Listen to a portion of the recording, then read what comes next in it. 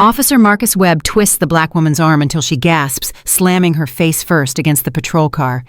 "You want to talk back to me?" He yanks the handcuffs so tight they cut into her wrists, drawing blood. "I'll show you what happens to people like you who don't know their place." He doesn't know he just handcuffed a 4-star general. He doesn't know she's recording everything. And he definitely doesn't know that in exactly 47 minutes, his entire career will be destroyed by a single phone call to the Pentagon. Before we continue this incredible story, please subscribe to the channel and follow along until the end. Drop a comment telling me which city you're watching from. I want to see how far this story travels. The handcuffs click shut with a sound that echoes through the Georgia night. General Denise Carter feels the metal bite into her wrists. Too tight. Deliberately too tight. She's felt worse pain in 31 years of military service, but never from a fellow American. Never from someone sworn to protect and serve. "You picked the wrong woman to harass tonight," she says, her voice steady, despite the burning in her shoulders. Officer Marcus Webb laughs. It's an ugly sound, full of contempt, full of the kind of hatred that's been passed down through generations in certain parts of the country. Wrong woman. He shoves her harder against the patrol car. "Lady, you're just another troublemaker from Oakwood Heights. You're all the same. Think the rules don't apply to you." Carter files that away. Troublemaker from Oakwood Heights, the predominantly black neighborhood she grew up in.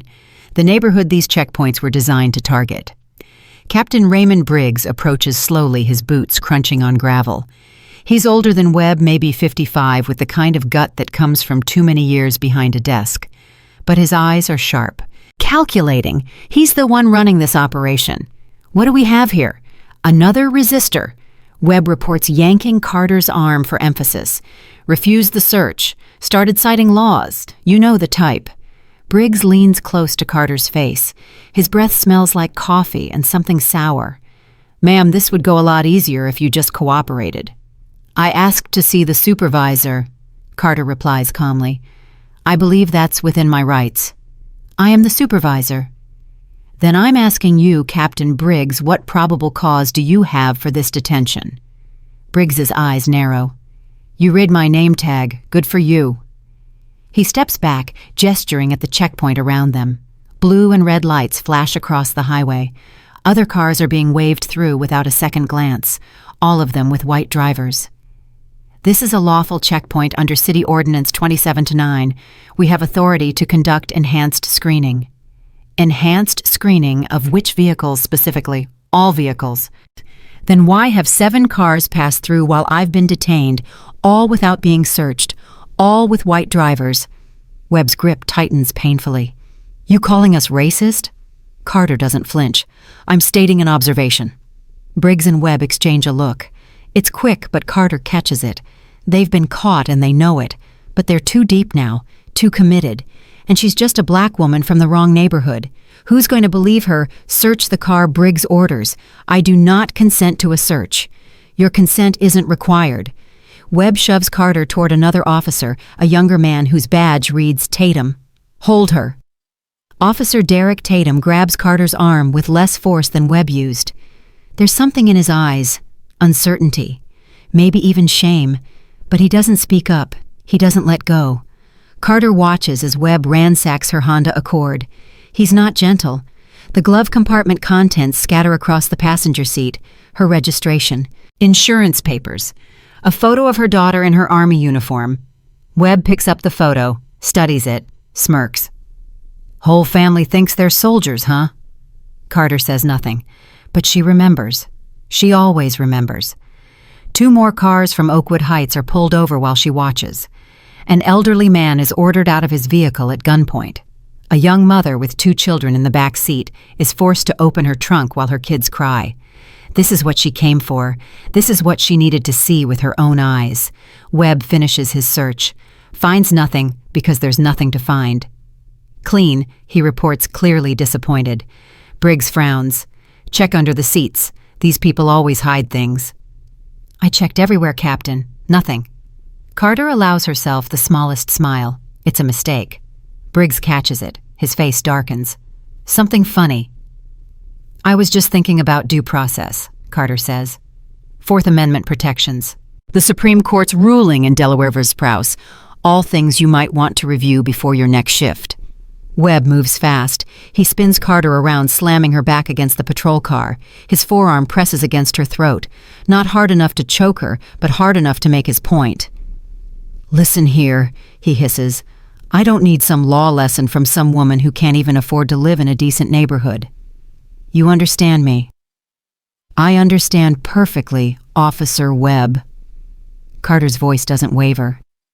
"Badge number 4891. I want you to know I'll remember that." Webb's face twists with rage. For a moment, Carter thinks he might actually hit her. She's prepared for it, has been since she put on civilian clothes and drove toward this checkpoint 3 hours ago, but Briggs pulls Webb back. "Easy, we do this by the book. She's threatening me. She's baiting you. Don't give her what she wants." Webb steps back, breathing hard. His hand rests on his holster. Carter notes that too. Threat of deadly force over a traffic stop. Another violation. Another piece of evidence. A car approaches the checkpoint. Nice car. Mercedes. White driver. The officer barely glances at the ID before waving it through. Carter watches it go. "That vehicle wasn't searched," she observes. "Different circumstances," Briggs says. "What circumstances?" "None of your concern." "I think the ACLU might disagree." Briggs steps very close. His voice drops low. Dangerous. "Lady, I don't know who you think you are, but let me explain something. Councilman Hartwell personally oversees this checkpoint program. Your complaints go to him. Your lawsuits go to judges he plays golf with. Your protests go to newspapers that print what he tells them to print. You understand what I'm saying? Nobody cares what happens to people like you out here." Carter meets his eyes, holds them. "Someone always cares, Captain. You just haven't met them yet." Briggs stares at her for a long moment. Then he laughs. It's a dismissive sound, like she's told a joke that isn't funny. "Book her." "On what charge?" Carter demands. "Obstruction of justice, resisting lawful checkpoint inspection, failure to comply with officer commands." Briggs ticks them off on his fingers. "That's 3 charges. Maybe 4 by the time we're done. I complied with every lawful order. I refused an unlawful search. That's protected under the Constitution." "Constitution?" Webb spits the word. "They always want to talk about the Constitution."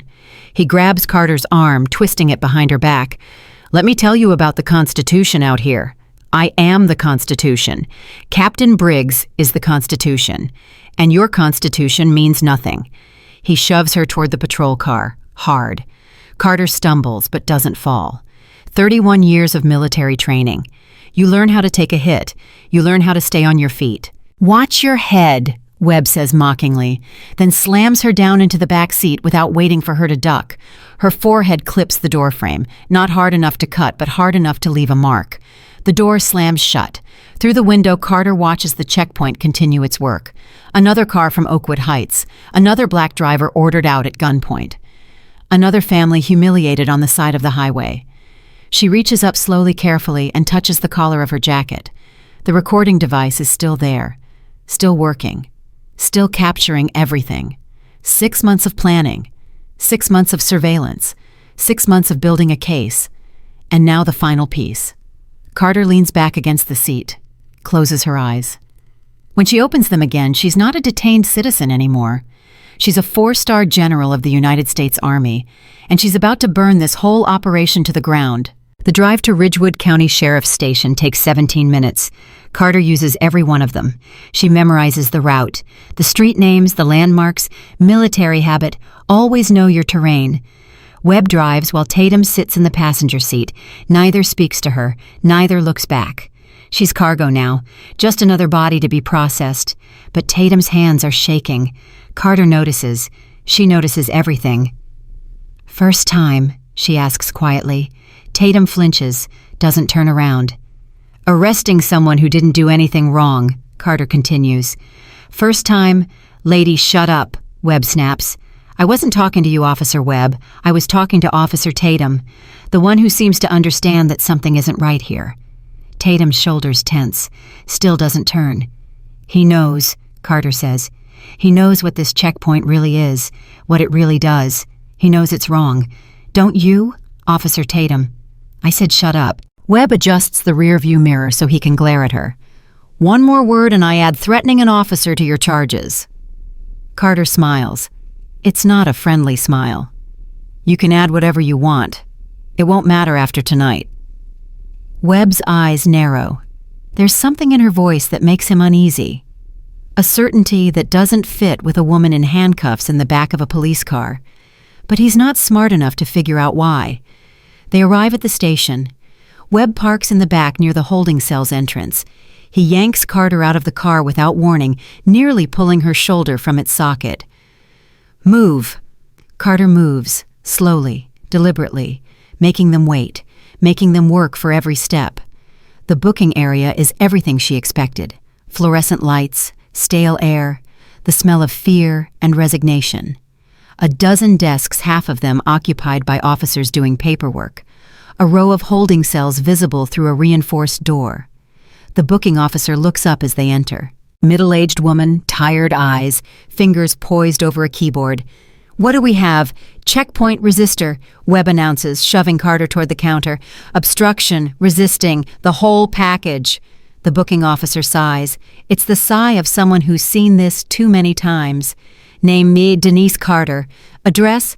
Carter provides her Oakwood Heights address. The booking officer's typing slows.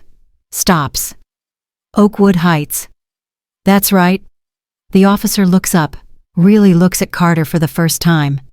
Something passes across her face. Recognition, maybe. Or resignation. Empty your pockets. Carter has no pockets to empty. Webb already took everything at the checkpoint. Her wallet, her keys, her phone, all bagged and tagged as evidence. Fingerprints. Carter presses her thumb against the scanner. Black ink stains her skin. She thinks about all the other thumbs that have pressed this same scanner. All the other Oakwood Heights residents processed through this station. Photo. The camera flashes. Carter doesn't smile, doesn't frown, keeps her face completely neutral. Phone call. Yes. The booking officer points to a phone on the wall. One call. Carter walks to the phone, picks up the receiver, dials a number from memory. Not her lawyer, not her family, not the NAACP or the ACLU or any of the organizations that might help a regular citizen in this situation. She dials the Pentagon. Operations Center. Authorization code Whiskey November 7242. Initiating protocol oversight echo. Location transmitting. A pause. A long pause. Confirm General Carter. Response team deploying. Timeline 47 minutes. Understood. She hangs up. Webb is watching from across the room. He saw her dial, heard fragments of what she said. His brow furrows. Who was that? Carter turns to face him. Someone you're going to wish you'd never met. That a threat? That's a promise. Webb takes a step toward her, fists clenched. But Captain Briggs appears in the doorway, and Webb stops. Put her in interrogation room 2, Briggs orders. Councilman Hartwell wants to have a word before we process her. Carter's pulse quickens. Hartwell, the man behind all of this, the architect of the checkpoint program, the politician whose corruption has destroyed hundreds of lives. She's been trying to get close to him for months, and now he's coming to her. Webb grabs Carter's arm and marches her down a hallway, past offices, past storage rooms, past the break room where 3 officers sit laughing at something on a phone. They stop at a door marked Interrogation 2. Webb opens it, shoves Carter inside. The room is exactly what she expected. Metal table bolted to the floor, 2 chairs, one-way mirror, single overhead light that makes everything look sickly and wrong. Sit. Carter sits. Webb stands over her, enjoying the power dynamic, enjoying the control. You're going to be here a long time, he says. Might as well get comfortable. I doubt that. Still with the attitude. Webb shakes his head.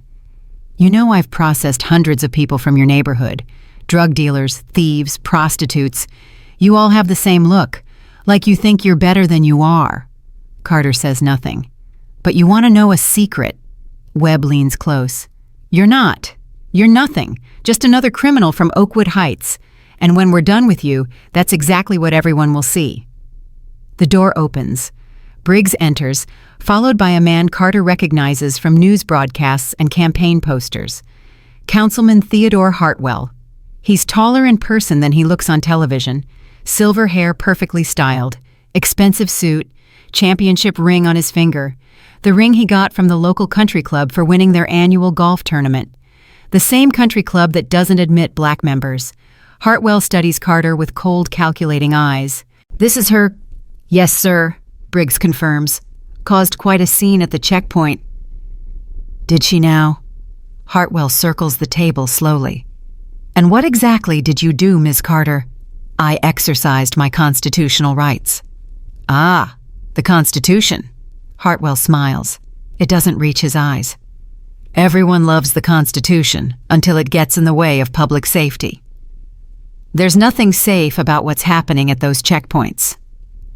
Hartwell stops circling, faces her directly. Let me explain something to you. This county was declining. Property values falling. Crime rising. Good families moving away. He places his hands on the table, leaning forward. I fixed that. My checkpoint program reduced crime in Greendale Estates by 40%. Property values are up. Schools are improving. Families feel safe again. By targeting Oakwood Heights residents. By enforcing the law where enforcement is needed. Selective enforcement based on race isn't law enforcement, Carter says. Carter. It's discrimination. Hartwell's smile fades. Be careful, Ms. Carter. Accusations like that have consequences. So do civil rights violations. For a moment, something flickers in Hartwell's eyes, something that might be doubt or fear, but it vanishes quickly, replaced by the cold certainty of a man who believes himself untouchable. Process her, he tells Briggs. Full charges, and make sure the paperwork is thorough. I want this case airtight. Yes, sir. Hartwell turns to leave. He's almost at the door when Carter speaks again. Councilman. He stops. Doesn't turn around. I know about the developers, the ones buying property in Oakwood Heights at depressed prices, the ones who contributed to your campaign, the ones who stand to make millions once the residents are driven out. Now Hartwell turns. Slowly. His face has gone very still. What did you say? I said, I know about all of it. The checkpoints designed to harass people into leaving, the complaints that disappear, the evidence that gets destroyed, the judges who look the other way. Carter leans back in her chair. I know everything. Hartwell stares at her, really stares, trying to figure out who she is, what she knows, how she knows it. Who are you? Carter smiles. For the first time all night, she truly smiles. You'll find out soon enough. Hartwell's jaw tightens. He wants to demand answers, wants to threaten, wants to make her afraid. But there's something in her voice that stops him, a certainty that doesn't fit with a woman in handcuffs. Watch her, he tells Briggs. Don't let her talk to anyone until I get back. He leaves. The door slams behind him. Briggs turns to Carter. His expression has changed. There's wariness now, uncertainty. Who are you? He asks quietly. Really? Carter looks at the clock on the wall, 9:47 p.m., 40 minutes until the Pentagon arrives. I'm the woman who's about to end your career, Captain Briggs, and there's nothing you can do to stop it. Briggs stares at her for a long moment. Then he shakes his head and walks out, locking the door behind him. Carter sits alone in the interrogation room, waiting, counting the minutes. Somewhere above her, the fluorescent light flickers. Outside, sirens wail in the distance. And in Washington, D.C., a response team is already en route. The door opens 20 minutes later. Carter looks up, expecting Briggs, expecting Webb, maybe even Hartwell again. Instead, she sees a black man in a detective suit, mid-30s, sharp eyes, badge hanging from a chain around his neck. He closes the door behind him, stands there for a moment, studying her. I'm Detective Reginald Foster. Carter nods. Detective. Foster doesn't sit, doesn't approach, just stands by the door, hands in his pockets. I've been reviewing your arrest report. The charges don't make sense. They're not supposed to make sense. They're supposed to stick. Foster's jaw tightens. I know. Something in his voice makes Carter look more carefully. There's anger there, controlled but present. The anger of a man who's seen too much and been able to do too little. How long have you been with this department, detective? 6 months. And how long have you known about the checkpoints? Foster's eyes meet hers. Since my 3rd day. What stopped you from doing something? A long pause. Foster moves to the table, sits across from her.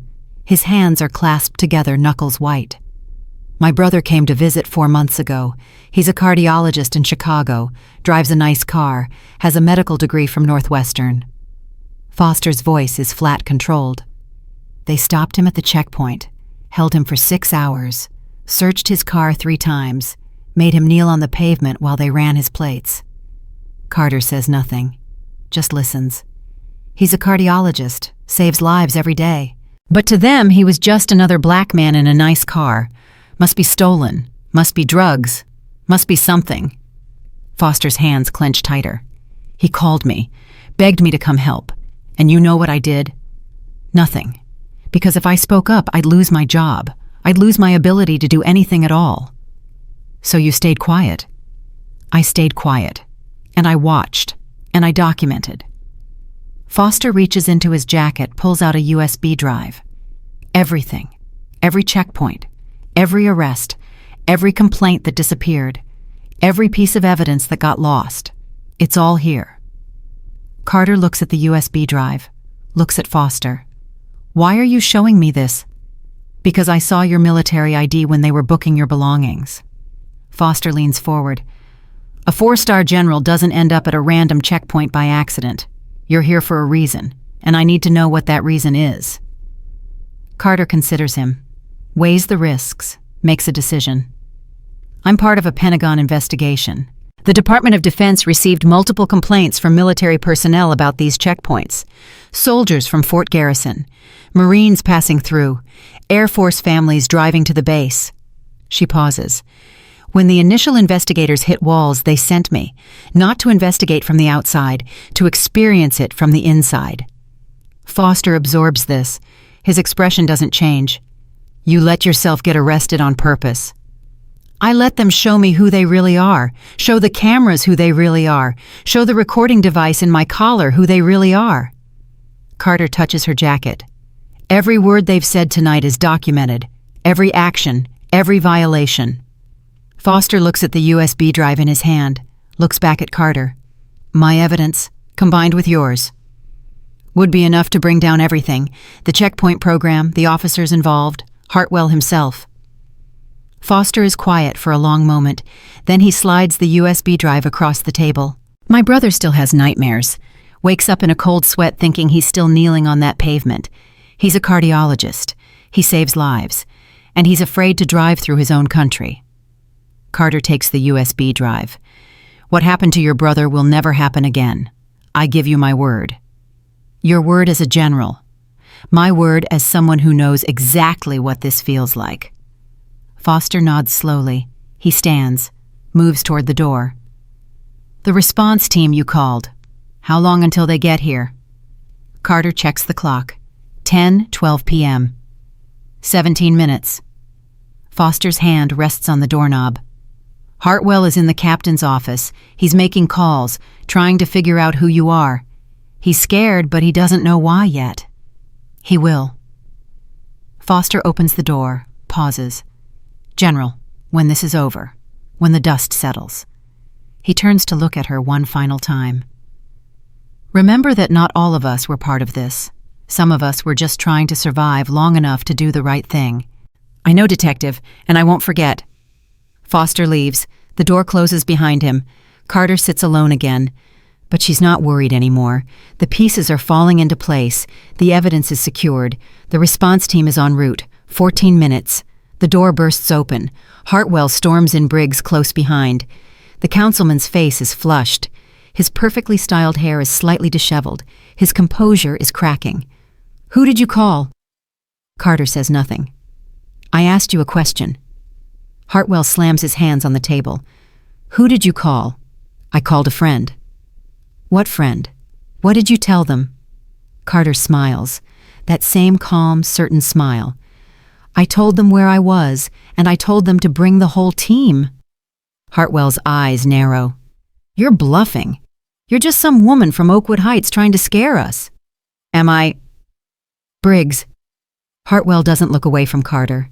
Pull her phone records, find out who she called. Already tried, sir. The number she dialed doesn't show up in any database. It's unlisted. Then trace it. We can't. It's encrypted. Government-level encryption. Hartwell's face goes pale. Government level? Yes, sir. For the first time, real fear flickers across Hartwell's features. He looks at Carter with new eyes. Really looks. Who are you? Carter leans forward, speaks softly, makes him listen. I'm General Denise Carter, United States Army, 4 stars, 31 years of service. She pauses to let that sink in. And I'm the woman who's been investigating your checkpoint program for the past 6 months. Silence. Absolute silence. Briggs takes a step backward like he's been struck. Hartwell's mouth opens, closes, opens again. That's impossible. You were searched. Your wallet, your ID, my civilian ID, my driver's license. What you didn't find was my military identification.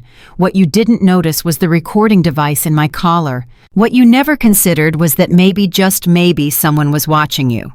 Carter stands. The handcuffs are still on her wrists, but somehow she's the one in control. You arrested a 4-star general of the United States Army councilman. You falsified charges. You violated my constitutional rights, and you did it all on camera. Hartwell shakes his head. No, this is some kind of trick. You're lying. You have to be lying. In about 12 minutes, you're going to meet Colonel James Washington of Pentagon Investigative Services. He's bringing a team of military police, FBI agents, and Justice Department attorneys.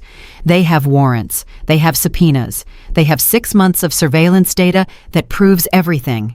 Carter moves closer to Hartwell. Your checkpoints. Your kickbacks from developers. Your golf buddies who made evidence disappear.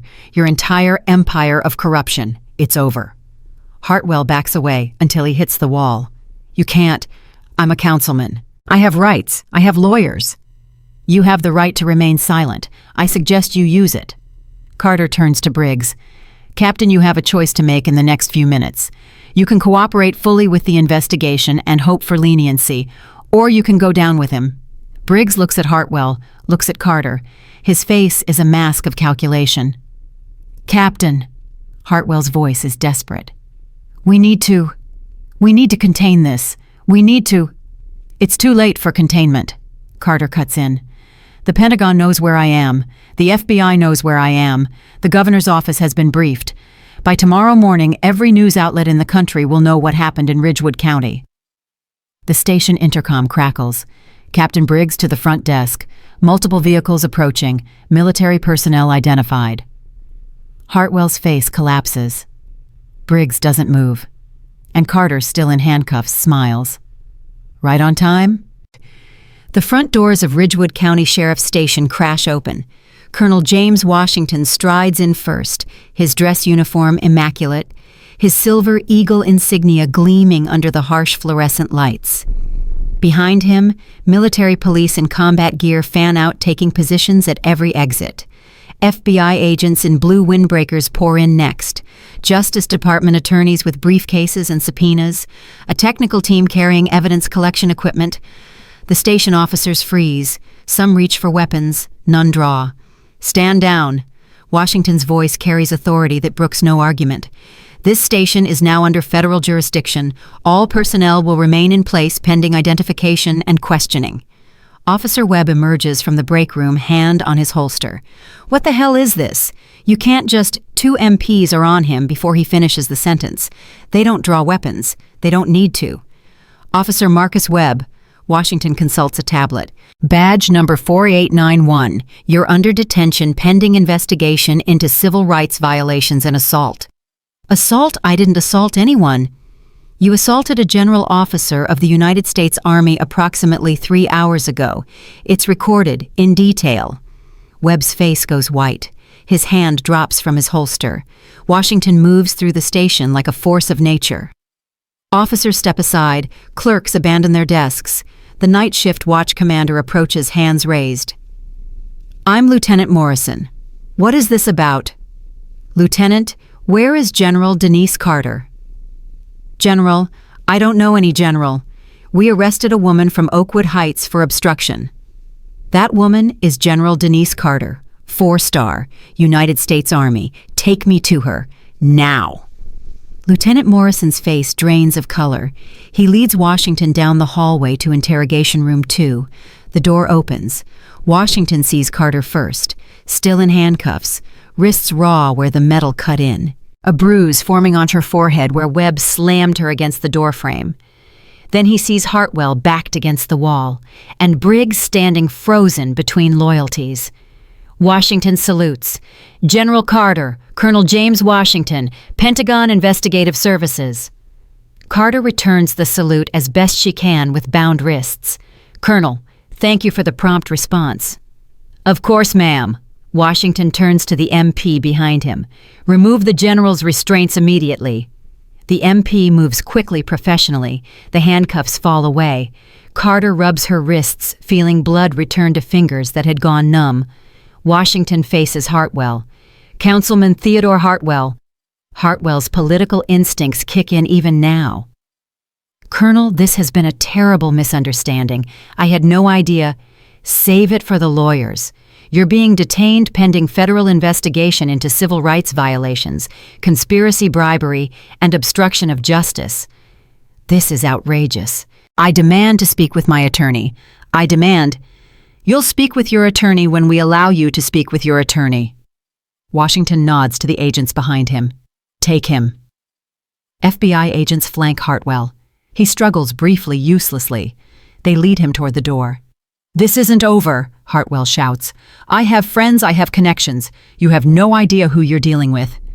Actually, Carter says quietly, we have a very detailed idea of who we're dealing with. That's why we're here. Hartwell is led away. His shouts echo down the hallway, then fade. Briggs remains. Washington turns to him. Captain Raymond Briggs. Yes. You're also being detained pending investigation. Briggs doesn't fight, doesn't protest, just nods slowly, like a man who saw this coming and made peace with it long ago. One thing, he says as agents move to escort him out. One thing I want you to know. Washington waits. I followed orders. For 2 years I followed orders. I knew it was wrong. I knew what we were doing to those people. But I followed orders because that's what I was told to do. Briggs looks at Carter. That's not an excuse. I know it's not an excuse. But I want you to know that I'm not surprised you came for us. I'm surprised it took this long. He leaves without another word. Carter watches him go. Washington moves to her side. General, are you injured? Do you require medical attention? I'm fine, just some bruising. Carter flexes her wrists. Nothing that won't heal. The evidence collection? Carter touches her collar. Recording device captured everything from the checkpoint forward. Every conversation, every admission, every violation. She pulls out the USB drive Foster gave her, and this contains 6 months of internal documentation. Arrest records, complaint logs, evidence of systematic destruction of civil rights cases. Washington takes the drive. Detective Foster provided this. He did. He's been building this case from the inside. He should be protected and promoted. Understood. Washington consults his tablet. We have teams processing the station's computer systems now. Evidence preservation protocols are in effect. The governor's office has been fully briefed. Press blackout until we secure all suspects. How many suspects? Preliminary count 12 officers directly involved in checkpoint violations. 4 civilian officials, including Hartwell. 2 property developers implicated in the bribery scheme. Washington pauses. And we're still counting. Carter nods. It's more than she expected, less than she feared. The victims, the people who were wrongfully arrested, the families who lost their homes. Justice Department is already reviewing case files. Expungements will begin within the week, restitution hearings to follow. Carter thinks about Mrs. Dorothy Hayes and her grandson, about Keisha Williams and her father, about hundreds of Oakwood Heights residents who were humiliated, arrested, and driven from their homes. Justice is coming. Late, but coming. General, Washington's voice softens. What you did tonight, it mattered. It's going to matter for a long time. Carter looks around the interrogation room, the same room where they planned to break her, the same room where Hartwell threatened her, the same room where she sat in handcuffs while men with badges treated her like a criminal. It should never have been necessary, she says. The system should work for everyone, not just people with 4 stars on their shoulders. It will now, because of you. Carter isn't sure about that. Systems are hard to change. Corruption runs deep. For every Hartwell they take down, another one waits in the wings. But tonight, at least justice won. She walks out of the interrogation room, down the hallway, past the desks where officers once laughed about troublemakers from Oakwood Heights, past the booking station where her fingerprints were taken, past the door where Webb slammed her head. Outside the parking lot is chaos, SUVs and sedans, military police and FBI agents, news vans already gathering at the perimeter. Carter stops on the steps, breathes the cool Georgia night air. A young officer approaches hesitantly. Officer Tatum, the one who held her arm at the checkpoint, the one whose hands were shaking. General Carter, she turns to face him. I should have. He can't finish the sentence, can't find the words. You should have spoken up, Carter says. You should have said something when Webb was hurting me. You should have refused to participate. Tatum drops his gaze. I know. So why didn't you? A long pause. I was scared. I was new. I didn't want to lose my job. People lost more than jobs because you stayed quiet. They lost their freedom, their homes, their dignity. Tatum's shoulders slump. He looks like a man drowning in his own shame. Carter considers him, considers the fear she saw in his eyes at the checkpoint, the uncertainty, the fleeting moments when he almost spoke up. You're not the villain of this story, she says finally. But you're not the hero either. You're the person who stood by and did nothing, and now you have to live with that. Is there anything I can do to make it right? Testify. Tell the truth. Every detail. Every conversation, everything you saw and heard and did nothing about. Carter meets his eyes. That's how you start making it right. That's how you become more than what you were tonight. Tatum nods slowly. I will. I swear I will. Then do it. Not for me. For every person you watched get arrested at those checkpoints. For every family you watched get torn apart. For everyone who needed a good cop and got you instead. She walks away, toward the command vehicle where Colonel Washington waits, toward the next phase of the operation. Behind her, Officer Tatum stands alone on the steps. Maybe he'll keep his word. Maybe he'll testify. Maybe he'll spend the rest of his career trying to make up for tonight.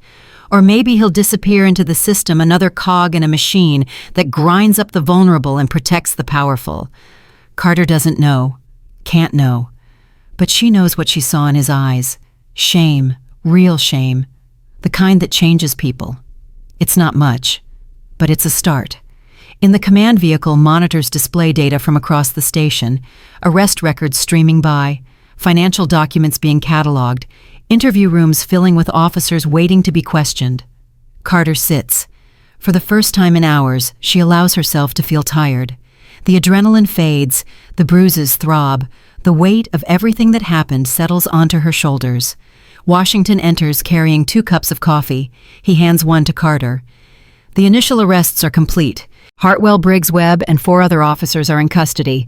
The rest are being processed. Carter wraps her hands around the warm cup. What about the checkpoint? Shut down an hour ago. All officers reassigned pending investigation. The families who were stopped tonight, the ones who were detained while I was being processed.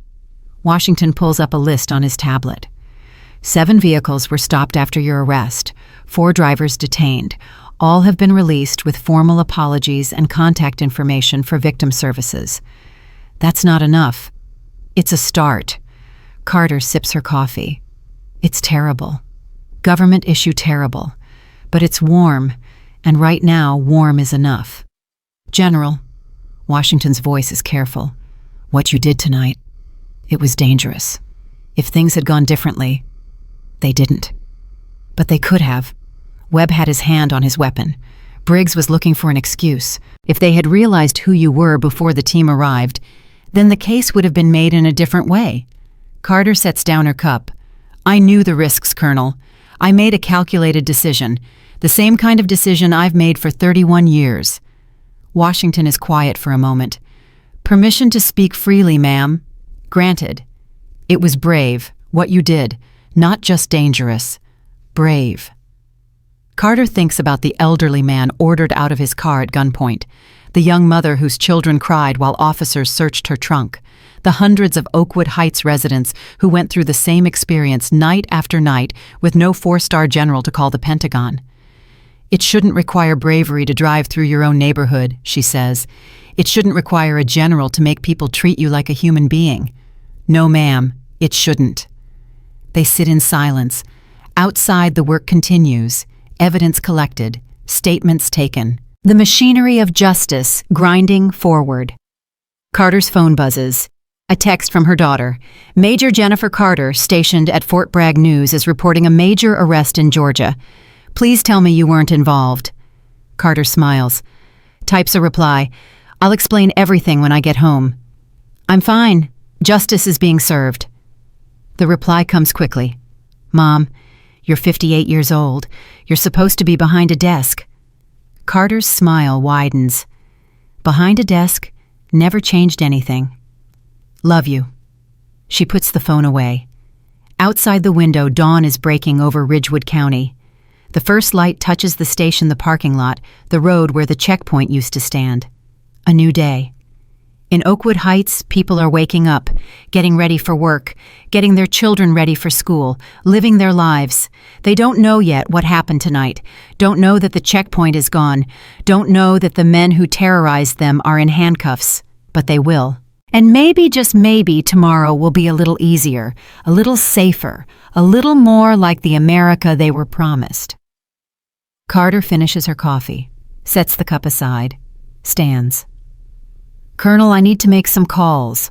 The Secretary of Defense, the Army Chief of Staff, they'll want a full briefing. Yes, ma'am. The secure line is set up in the back. Carter moves toward the back of the vehicle, pauses. Colonel, the people of Oakwood Heights, the families who were hurt by this program, make sure they know. Know what, ma'am? That someone finally listened, that their voices mattered, that they weren't forgotten. Carter meets Washington's eyes.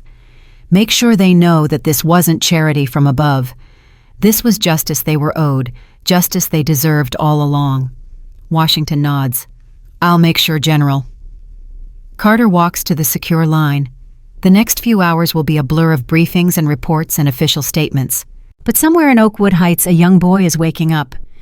Maybe the grandson of Mrs. Dorothy Hayes, the 15-year-old who plays violin and wants to be a doctor.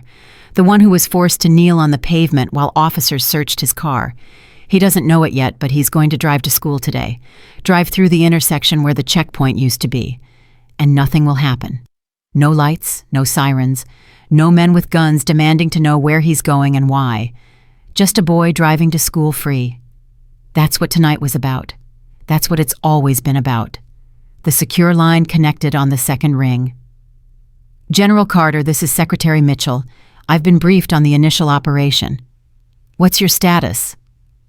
Carter pressed the phone closer to her ear, blocking out the chaos outside the command vehicle. Operation successful, sir. Councilman Hartwell and Captain Briggs are in custody. 12 officers detained. Evidence secured. Casualties? None. Some bruising on my end. Nothing significant. Secretary Mitchell exhaled. When I authorized this operation, I had reservations. Sending a 4-star general undercover into a hostile police environment wasn't exactly standard protocol. Standard protocol wasn't working, sir. We needed documentation from the inside. We got it. You got more than documentation. You got assaulted by officers who had no idea they were attacking one of the highest-ranking officers in the United States military. A pause. The president has been informed. He wants a full briefing at 0900 tomorrow. Carter checked her watch. 6:47 a.m. She'd been awake for over 24 hours. I'll be there. Denise.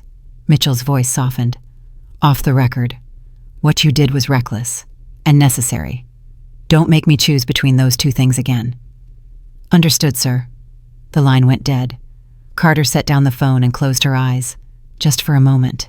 Just long enough to feel the exhaustion pressing against her skull like a physical weight. A knock on the vehicle door. General, Colonel Washington's voice. We have a situation. Carter opened her eyes. What kind of situation? Washington climbed into the vehicle, his face tight with concern. Councilman Hartwell is demanding to speak with you, personally. Says he has information that will change everything. He's stalling, trying to cut a deal. That's what I thought too. But ma'am, he mentioned Operation Blackwood. Carter's blood ran cold. Operation Blackwood was classified, buried so deep that only a handful of people in the entire government knew it existed. A failed military intelligence operation from 15 years ago. Carter had been a colonel then, one of the junior officers involved in the cleanup. How could Hartwell possibly know about it? Where is he? Interview room 3, FBI has him secured. Carter stood. Her legs protested, her wrists throbbed, but none of that mattered now. Take me to him. Hartwell looked different under the harsh fluorescent lights of the FBI interview room. Smaller, somehow. The expensive suit was wrinkled, the championship ring confiscated, the silver hair disheveled. But his eyes were sharp, calculating. The eyes of a man who still thought he could win. General Carter. He gestured to the empty chair across from him. Thank you for coming. I'm not here for pleasantries, Councilman. You mentioned Operation Blackwood. How do you know that name? Hartwell smiled. It was the smile of a poker player revealing his cards. I know a lot of things, General. That's how I've survived in politics for 30 years. Information is currency, and I've been collecting currency for a very long time. You're stalling. I'm negotiating. Hartwell leaned forward. You want to destroy me. I understand that. But before you do, you should know what I know. And who else knows it? Carter didn't sit. Didn't give him the satisfaction of appearing interested. Operation Blackwood was a military intelligence failure that resulted in the deaths of 6 American soldiers. The official report blamed equipment malfunction, but the real cause was a security breach. Hartwell's eyes locked onto hers. A breach that was never properly investigated, never properly closed. That operation was classified. And yet here I am talking about it. Hartwell spread his hands. How do you think that's possible, General? Carter's mind raced. Hartwell was a local politician, a county councilman in Georgia. He shouldn't have access to classified military operations unless someone gave him that access, unless he was connected to something bigger. Who are you working with? Now we're getting somewhere. Hartwell's smile widened. I'm a small fish general. I always have been. The checkpoint program, the property development scheme, the corruption you're so eager to expose, that's nothing. Local politics, pocket change. People lost their homes, their freedom, their dignity. Collateral damage in a larger operation. Hartwell waved dismissively. You think I came up with the checkpoint program myself? You think a county councilman has the resources to implement a systematic civil rights violation across an entire jurisdiction without someone backing him? Carter's hands clenched at her sides. Who? That's the question, isn't it? Hartwell leaned back. I give you a name, you give me consideration. That's how this works. You're not in a position to negotiate. I'm in exactly the position to negotiate. Because right now you think you've won. You think you've exposed a corrupt local official and his cronies. But what you've actually done is kicked over a rock. And what's underneath that rock is going to make your checkpoint investigation look like a parking ticket. The door opened. Colonel Washington stepped in. General, A word. Carter held Hartwell's gaze for a long moment. Then she turned and followed Washington into the hallway. What is it? Washington's face was pale. We've been running Hartwell's financial records. The property developers he was working with, they're shell companies. Every single one. Shell companies for who? We're still tracing, but the money flows through offshore accounts that connect to a private security firm based in Virginia. The firm has contracts with multiple government agencies, including the Department of Defense. Washington nodded slowly. Yes, ma'am. Carter's stomach dropped. This wasn't just local corruption. This was something else entirely. Something that reached into the very institutions she'd sworn to protect. How high does it go? We don't know yet. But General, if Hartwell's telling the truth about Operation Blackwood, if he really does have access to classified military intelligence, then someone inside the Pentagon has been feeding him information. Someone with clearance. Carter thought about the 6 soldiers who died 15 years ago. Thought about the families who never got real answers. Thought about the cover-up she'd participated in because she was ordered to. Find the connection, she said. Whatever it takes, I want to know who Hartwell's been talking to. Yes, ma'am. Washington hurried away. Carter stood alone in the hallway processing. She'd come to Ridgewood County to expose a corrupt checkpoint program, to help the people of Oakwood Heights who'd been terrorized for years. That mission was accomplished. But somewhere along the way, she'd stumbled onto something bigger, something darker. And now she couldn't walk away. She pulled out her phone, dialed a number she hadn't called in years. This is General Denise Carter. I need to speak with Director Morrison. Yes, I'll hold. The morning sun was fully up now, streaming through the station windows. Agents moved through the building, collecting evidence, conducting interviews. The machinery of justice grinding forward. But Carter couldn't shake the feeling that she'd just scratched the surface. That the real enemy was still out there, still watching, still waiting. Director Morrison's voice came on the line. Denise, I heard about your operation. Impressive work. Thank you, sir. But I need to talk to you about something else. Something that may involve a security breach at the highest levels. A long pause. Go on. Councilman Hartwell mentioned Operation Blackwood. By name. Silence. The kind of silence that speaks louder than words. Where are you now? Ridgewood County Sheriff's Station. Stay there. I'm sending a team. This conversation needs to happen in person. The line went dead. Carter stared at the phone in her hand. Director Morrison was one of the few people who knew the full truth about Operation Blackwood. One of the few people who'd helped bury it. If even he was concerned, then Hartwell wasn't bluffing. Something was very, very wrong. 3 hours later, a black SUV pulled into the station parking lot. 2 men in dark suits stepped out. They moved with the efficient precision of people who'd done this 1,000 times before. Carter met them at the entrance. General Carter. The older of the 2, gray-haired with a face like weathered stone, extended his hand. I'm Agent Richards' National Security Division. This is Agent Chen. Director Morrison sent us. What did he tell you? Enough to know this situation just got a lot more complicated. Richards glanced around the busy station. Is there somewhere private we can talk?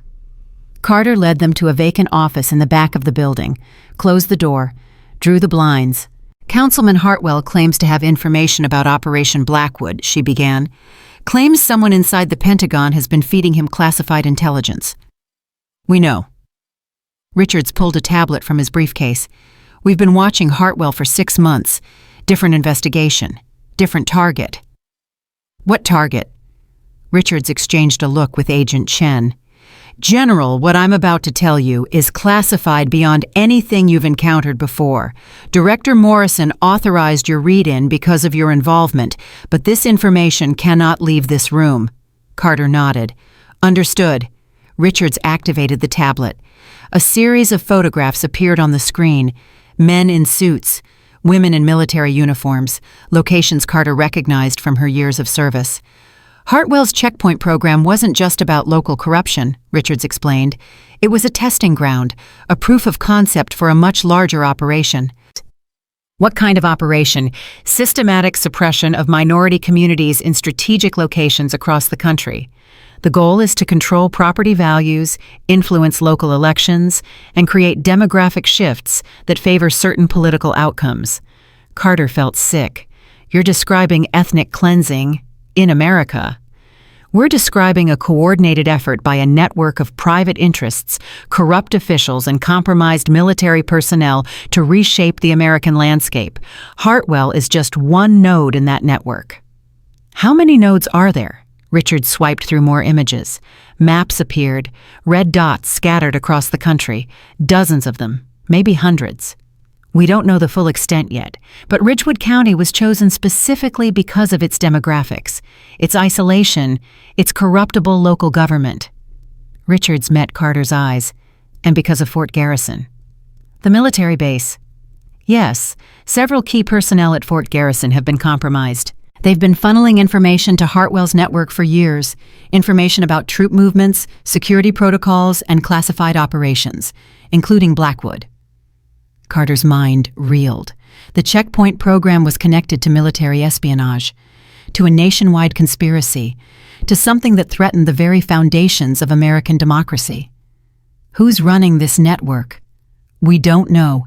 Every lead we follow dead ends at a shell company or an offshore account. Someone very powerful is behind this, someone with resources we can't trace. And you want to use Hartwell to find them. Richards nodded. He's the first real break we've had in 2 years. If he's willing to talk, if he can give us names and connections, we might finally be able to expose the whole network. He wants a deal, immunity probably. That's above my pay grade, but Director Morrison is willing to consider it if Hartwell's information is valuable enough. And Carter thought about the people of Oakwood Heights, the families destroyed by Hartwell's checkpoints, the lives ruined by his corruption. They deserved justice, real justice, not a plea bargain that let their tormentor walk free. But if Hartwell's information could expose a nationwide conspiracy, could prevent other communities from suffering the same fate, could protect the country from enemies embedded within its own institutions. I want to be there when you question him, Carter said. I want to hear everything he has to say. That can be arranged. And I want guarantees. If he talks, if his information leads to arrests, the victims of his checkpoint program still get compensation, still get their records expunged. They don't get forgotten because the investigation got bigger. Richards considered this. I'll relay that to Director Morrison. It's not a request, Agent Richards. It's a condition. A long pause. Then Richards nodded. Understood, General. And the interview room had been transformed. Gone were the simple table and chairs. In their place, recording equipment, secure communication devices, and a team of analysts ready to verify every claim Hartwell made. Carter sat across from him. Richards and Chen flanked her. The weight of what was about to happen pressed down on everyone in the room. Hartwell looked pleased with himself. The smile was back. The confidence restored. I see we're taking this seriously now. You have one chance to tell us everything, Carter said. Names, connections, operations, everything you know about the network. And in return, that depends on what you give us. Hartwell leaned back. Fair enough. Let's start with a name. Senator William Crawford. Carter's blood froze. Senator Crawford was a 20-year veteran of Congress, chairman of the Armed Services Committee, one of the most powerful men in Washington, a man she'd briefed personally on multiple occasions. You're accusing a sitting United States senator of involvement in this network. I'm not accusing anyone of anything. I'm stating facts. Hartwell's eyes glittered. Crawford has been coordinating the network's political operations for 15 years. He handpicks candidates for local offices, funnels dark money through PACs, controls which investigations move forward and which ones disappear. Proof. I have recordings, documents, wire transfers with his signature authorizations. Hartwell spread his hands. Crawford recruited me personally, General, flew me to his estate in Virginia, explained the vision, showed me my role in it. What vision? An America where the right people live in the right places, where property values reflect proper demographics, where political outcomes are never left to chance. Hartwell's voice dropped. An America where people like you, General, know their place. Carter didn't flinch, didn't react, but inside rage burned white hot. Continue. Hartwell talked for 3 hours. He laid out a network that spanned decades, corporations that funded it, politicians who protected it, military officers who fed it intelligence, law enforcement agencies that enforced its will. The checkpoint program in Ridgewood County was just one piece. There were similar programs in Texas, in Arizona, in Florida, anywhere with minority communities that could be pressured, displaced, controlled. The endgame is electoral, Hartwell explained. Control the demographics, control the votes. Control the votes, control the country. Crawford's been playing the long game, building infrastructure, placing assets, waiting for the right moment. What moment? The next election. Crawford has a candidate ready. Someone clean on paper but owned completely by the network. Someone who could reach the highest levels of government. Hartwell paused for effect. Someone who's currently polling at 32% in the presidential primary. Carter exchanged glances with Richards, a presidential candidate connected to a conspiracy to suppress minority voters and manipulate elections. The implications were staggering. Who is the candidate? Hartwell shook his head. That's my insurance policy. I give you that name, I have nothing left to bargain with. You've already implicated a sitting senator. What else do you need? Protection, real protection, the kind that keeps me alive when Crawford finds out I talked. Hartwell's confidence flickered, showing something underneath. Fear, real fear. You don't understand who you're dealing with. Crawford doesn't just destroy careers, he destroys people. Completely, permanently. We can protect you. Can you? Hartwell laughed bitterly. I've seen what happens to people who cross him. Car accidents, suicides, convenient heart attacks. The man has tentacles everywhere. In the FBI, in the military, maybe even in this room. Carter leaned forward. If Crawford is as powerful as you say, why are you talking to us at all? Because you're different. Hartwell's eyes locked onto hers. You didn't follow the playbook. You didn't accept the system as it was. You walked into my checkpoint and let yourself get arrested because you believed the truth mattered more than your safety. He shook his head. I've never met anyone like that. It scared me, and I realized if anyone could take Crawford down, it might be you. So you're betting on me. I'm betting on whatever gives me the best chance of surviving the next 6 months. Carter sat back. She studied Hartwell's face, looking for deception, for manipulation. She found fear, genuine fear, the kind that makes men confess everything. The presidential candidate, give us the name. Hartwell hesitated. His hands trembled slightly. Governor Marcus Webb of Ohio. The name hit Carter like a physical blow. Marcus Webb. The charismatic reformer who'd turned Ohio's economy around, the fresh face who'd captured national attention with his anti-corruption platform, the man who'd publicly praised her military career in a speech just last month. Governor Webb is part of this network. Governor Webb is the network. He's Crawford's protege, his creation. Every policy, every speech, every carefully crafted public image was designed by the network to make him electable. Hartwell's voice dropped to barely a whisper. If he wins the presidency, everything we've built, everything we've done in Ridgewood County and a dozen other places, it becomes national policy, legitimized, permanent. The room fell silent. Carter thought about the campaign ads she'd seen, the inspiring rhetoric about bringing America together, the promises of reform and renewal, all of it a mask for something monstrous. We need verification, Richard said.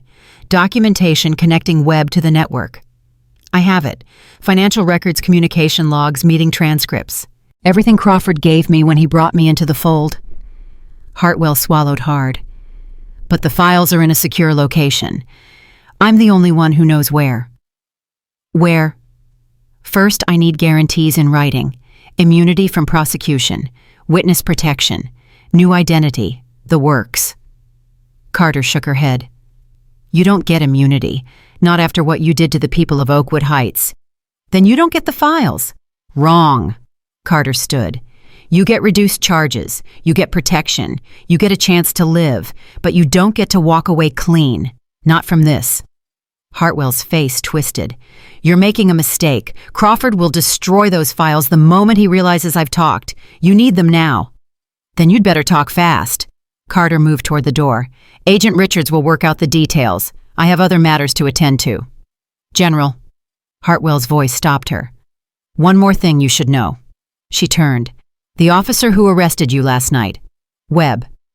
What about him? Different Webb. No relation to the governor. Hartwell's smile was thin, bitter. But Captain Briggs, he's Crawford's cousin, second removed. The family connection is how I got recruited in the first place. Carter processed this. Briggs wasn't just a corrupt cop. He was connected directly to the conspiracy, a family asset placed in local law enforcement to facilitate the network's operations. Does Briggs know about the larger network? Some of it, not all. Crawford compartmentalizes. Nobody knows everything except him. Hartwell paused. But Briggs knows enough to be dangerous. And right now, he's in a holding cell wondering if talking might save his career. You think he'll flip? I think he'll do whatever he thinks will help him, just like I did. Hartwell met her eyes. We're all just pieces on Crawford's board, General. Even you. The only question is whether you can change the game before he checkmates everyone. Carter left the interview room without another word. In the hallway, Colonel Washington was waiting. General, we've finished processing the station's computer systems. There's something you need to see. What is it? Financial transfers, hundreds of them, from the shell companies Richards mentioned flowing into accounts controlled by officers throughout the department. Bribes. Yes, but that's not the concerning part. Washington's face was grim. Some of those transfers went to accounts at Fort Garrison, military accounts, official department budgets that shouldn't have any connection to local police operations. Military funding was being funneled into the checkpoint program. It appears so. Small amounts easily overlooked, but it establishes a direct connection between the network Hartwell described and military institutions. Washington hesitated. General, if this goes public, if it comes out that Department of Defense money was used to fund civil rights violations against American citizens, the scandal would destroy careers, maybe bring down administrations. Carter rubbed her temples. The headache that had been building all night was now a full-blown assault. Who authorized those transfers? We're still tracing the chain, but preliminary analysis suggests the authorization came from the Office of the Assistant Secretary for Special Operations. That's a Senate-confirmed position. Yes, ma'am. Senator Crawford's fingerprints were everywhere, a web of corruption stretching from local police checkpoints to the highest levels of military bureaucracy. And at the center of it all, a presidential candidate who might be the next leader of the free world. Carter had come to Ridgewood County to help a community under siege. Instead, she'd uncovered a conspiracy that threatened the very foundations of American democracy. Colonel, I need you to do something for me. Anything, General. The people of Oakwood Heights, the families affected by the checkpoint program, they can't know about any of this. Not yet. Not until we understand the full scope. But, General, they deserve to know. They deserve justice, and they'll get it. But if word of this larger conspiracy leaks before we've secured the evidence, Crawford and his network will burn everything. Witnesses will disappear, files will be destroyed, and the people of Oakwood Heights will never see anyone held accountable. Washington nodded slowly. I understand. Good. Keep the investigation focused on the local charges for now. Civil rights violations, false arrests, corruption. Build an airtight case against Hartwell Briggs and the officers involved. That's the victory these people need to see. And the rest? Carter looked toward the interview room where Hartwell sat surrounded by federal agents, where the secrets of the nationwide conspiracy waited to be excavated. The rest is going to take time, patience, and a lot of very careful work. She turned back to Washington. But it starts here. It starts now, and it starts with making sure that what happened in Ridgewood County never happens anywhere else. Washington saluted. Yes, ma'am. Carter walked toward the station exit. The sun was high now, mid-morning light streaming through windows that had witnessed so much darkness. Officers she didn't recognize moved through the halls, federal badges replacing local ones. At the front entrance, a familiar face waited. Detective Reginald Foster. General? He fell into step beside her. I heard about the federal team, about the expanded investigation. Is it true? Is this bigger than just Ridgewood? Carter stopped, considered how much to say. Detective, what I'm about to tell you cannot leave this conversation. Do you understand? Yes, ma'am. The checkpoint program was funded partially by diverted military money.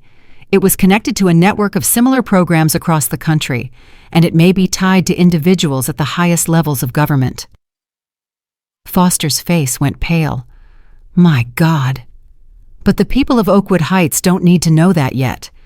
What they need to know is that justice is being served, that the men who terrorized them are going to prison, that their records are being expunged and their dignity restored. Carter met his eyes. Can you help me give them that? Foster straightened. Whatever you need, General. I need someone on the ground here, someone the community trusts, someone who can manage their expectations while the larger investigation proceeds. I can do that. I also need someone inside the department who can help identify any remaining assets, anyone still loyal to the network, anyone who might try to sabotage our work. That I can definitely do. Foster's jaw tightened. After what they did to my brother, after what I watched them do to this community, I'll tear this department apart to find them. Carter placed a hand on his shoulder. Be careful. The people we're dealing with are dangerous, more dangerous than you know. I've been careful for 6 months, quiet, patient, watching. Foster shook his head. I'm done being careful, General. It's time to be effective. Carter smiled. It was the smile of a commander recognizing a warrior. Welcome to the fight, Agent Foster. Foster blinked. Agent, I'm going to recommend you for FBI transfer, Civil Rights Division. They need people like you, people who understand what's at stake. For a moment, Foster couldn't speak. His eyes glistened. General, I don't know what to say. Say you'll do the job. Say you'll protect the people who can't protect themselves. Say you'll never stop fighting no matter how high the corruption goes. Foster drew himself up to full height. I will. I swear I will. Then get to work. We have a long road ahead. Carter walked out of the station into the Georgia morning. The air was warm, carrying the scent of pine trees and distant rain. News vans lined the parking lot, reporters scrambling for position. She ignored them, walked to the command vehicle where her secure line waited, where the next phase of the operation would begin. Behind her, the Ridgewood County Sheriff's Station stood transformed. What had been a fortress of corruption was now a beachhead for justice. It wasn't enough. Not yet. But it was a start, and General Denise Carter didn't believe in half measures. 72 hours after her arrest, General Denise Carter stood in a secure conference room at the Pentagon. The bruises on her wrists had faded to yellow. The cut on her forehead had scabbed over. But the weight of what she carried had only grown heavier. Secretary Mitchell sat at the head of the table. Director Morrison flanked him. Around them, a collection of the most powerful intelligence officials in the country waited in silence. General Carter. Mitchell's voice was formal, controlled. Your report. Carter activated the display screen behind her. Images appeared. Hartwell, Briggs, the checkpoint, the shell companies, the money trails. What began as an investigation into civil rights violations in Ridgewood County has revealed a coordinated conspiracy spanning multiple states involving military assets and reaching into the highest levels of government. She walked them through everything: the checkpoint program, the property displacement scheme, the network Hartwell described, Senator Crawford, Governor Webb. When she finished, the room was silent. Director Morrison spoke first. You're accusing a sitting United States Senator of orchestrating a nationwide conspiracy to suppress minority voters. I'm presenting evidence that suggests exactly that. And a presidential candidate, a man who's polling second in the primary. Hartwell's testimony is detailed, specific, verifiable. Carter pulled up another document. These are financial transfers from Crawford's PACs to Webb's campaign. These are communication logs showing coordination on policy positions. This is a recording of Crawford and Webb discussing, and I quote, managing the demographic problem in swing states. Secretary Mitchell leaned forward. If this goes public, it will tear the country apart. If this doesn't go public, the country will be torn apart anyway, just more quietly, more permanently. General, you're asking us to take down a senator and a presidential frontrunner based largely on the testimony of a corrupt local politician facing federal charges. I'm asking you to investigate, to follow the evidence wherever it leads, to protect the American people from enemies who wear suits instead of uniforms. Mitchell exchanged glances with Morrison. Something passed between them, a silent communication born of years of shared service. Director Morrison, Mitchell said finally, your assessment. Morrison stood. He moved slowly, deliberately, like a man carrying a heavy burden. We've been aware of Senator Crawford's activities for some time. Suspected, rather. Nothing concrete enough to act on. He paused. General Carter's operation has provided us with our first real leverage. Hartwell is willing to testify. The financial evidence is solid, and the connection to military funding gives us jurisdiction. But Crawford isn't stupid. The moment he realizes Hartwell has flipped, he'll activate every asset he has. Evidence will disappear, witnesses will be silenced, and anyone involved in this investigation will become a target. Carter's jaw tightened. Are you suggesting we do nothing? I'm suggesting we move carefully. Crawford has allies in this building, in the FBI, in the Justice Department. We don't know who we can trust. Then we trust no one outside this room. Morrison nodded slowly. Agreed. But General, you need to understand what you've walked into. This isn't a military operation with clear objectives and defined enemies. This is a shadow war against people who've spent decades embedding themselves in American institutions. I've fought shadow wars before. Not like this one. Morrison's eyes met hers. In this war, the enemy looks like your friends, sounds like your allies, and they'll smile while they destroy everything you've built. Carter didn't flinch. Then we'd better not give them the chance. The meeting continued for 3 more hours. Strategies were debated, resources allocated, teams assembled. By the time it ended, the sun had set over Washington, and a new phase of the operation had begun. Carter walked out of the Pentagon into the cool evening air. Her driver waited by the car, but before she could reach it, a figure stepped from the shadows. General Carter. She recognized the voice before she saw the face. Senator William Crawford. He stood under a streetlight, hands in his pockets, silver hair perfectly styled, the picture of political grace, the architect of a conspiracy that had destroyed hundreds of lives. Senator, Carter kept her voice neutral. What brings you here? I could ask you the same thing. Crawford smiled. It was the smile she'd seen on television 100 times. Warm, trustworthy, completely false. I heard about your adventure in Georgia. Quite the story. Local police arresting a 4-star general. Very dramatic. Word travels fast. In Washington, always. Crawford moved closer. His voice dropped. I wanted to offer my congratulations. And a word of caution. Caution about what? About following threads that lead to places you shouldn't go. Crawford's smile didn't waver. Ridgewood County was a local matter. Corrupt officials, discriminatory policies, unfortunate but contained, the kind of thing that happens in small towns across America. Is that what you tell yourself? I'm telling you, General, as a friend. We're not friends, Senator. No. Crawford tilted his head. We should be. We want the same things after all. A strong America, a safe America, an America where order is maintained and the right people are protected. The right people. You know what I mean. Carter stepped closer, close enough to see the ice behind his warm eyes. I know exactly what you mean, and I know what you've done, what you're still doing. Crawford's smile flickered, just for a moment. Be careful, General. Accusations without evidence are dangerous things. I have evidence. You have a frightened politician trying to save himself by telling stories. Crawford shook his head. Hartwell is unreliable, desperate. He'll say anything to avoid prison. You know that. I know that everything he's told us has checked out so far. So far. Crawford's voice hardened. But investigations take time.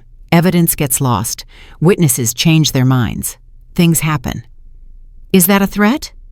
It's an observation, a friendly observation from someone who's been in Washington a lot longer than you.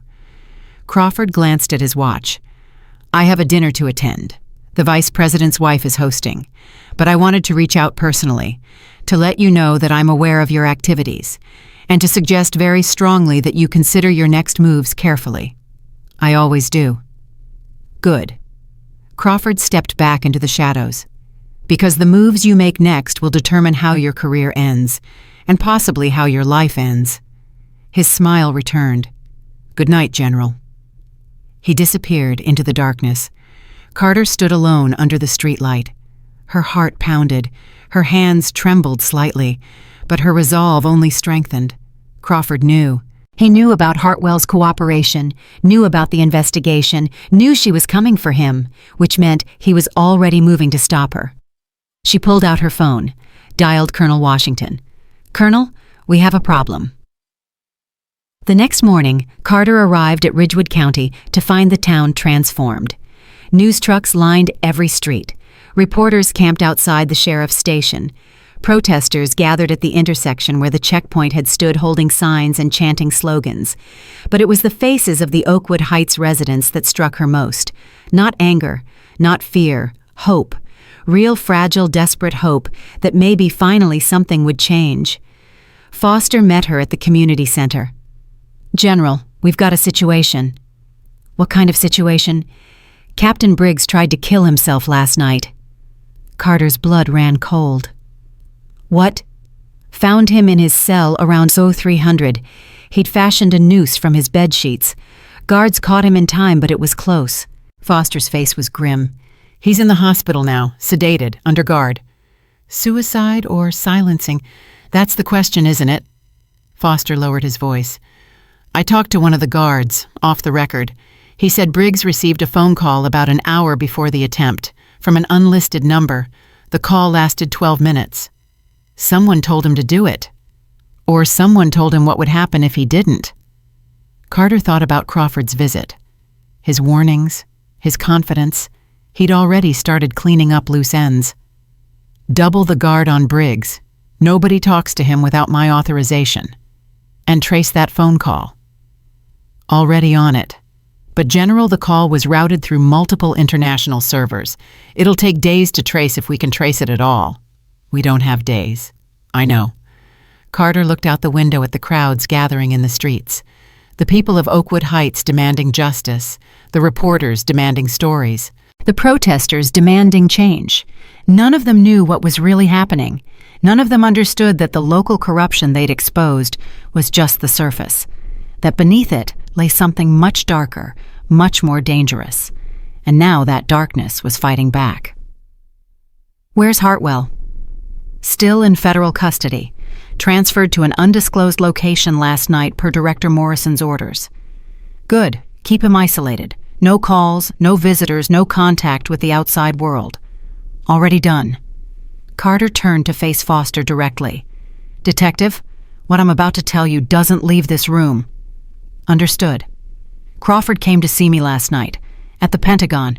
He knows about Hartwell's cooperation. He knows about the investigation, and he's making moves to shut it down." Foster's face hardened. "What kind of moves?" "Briggs was just the beginning. Anyone who can connect Crawford to the network is now a target. That includes Hartwell. That includes the officers we've arrested. And that includes you." "Me. You have evidence. You have testimony. You know things that could hurt him." Carter's voice was steady but urgent. "As of this moment, you're under federal protection. Don't go anywhere alone. Don't talk to anyone you don't trust, absolutely. And if anything feels wrong, anything at all, you get out and you call me immediately." Foster nodded slowly. "What about my family?"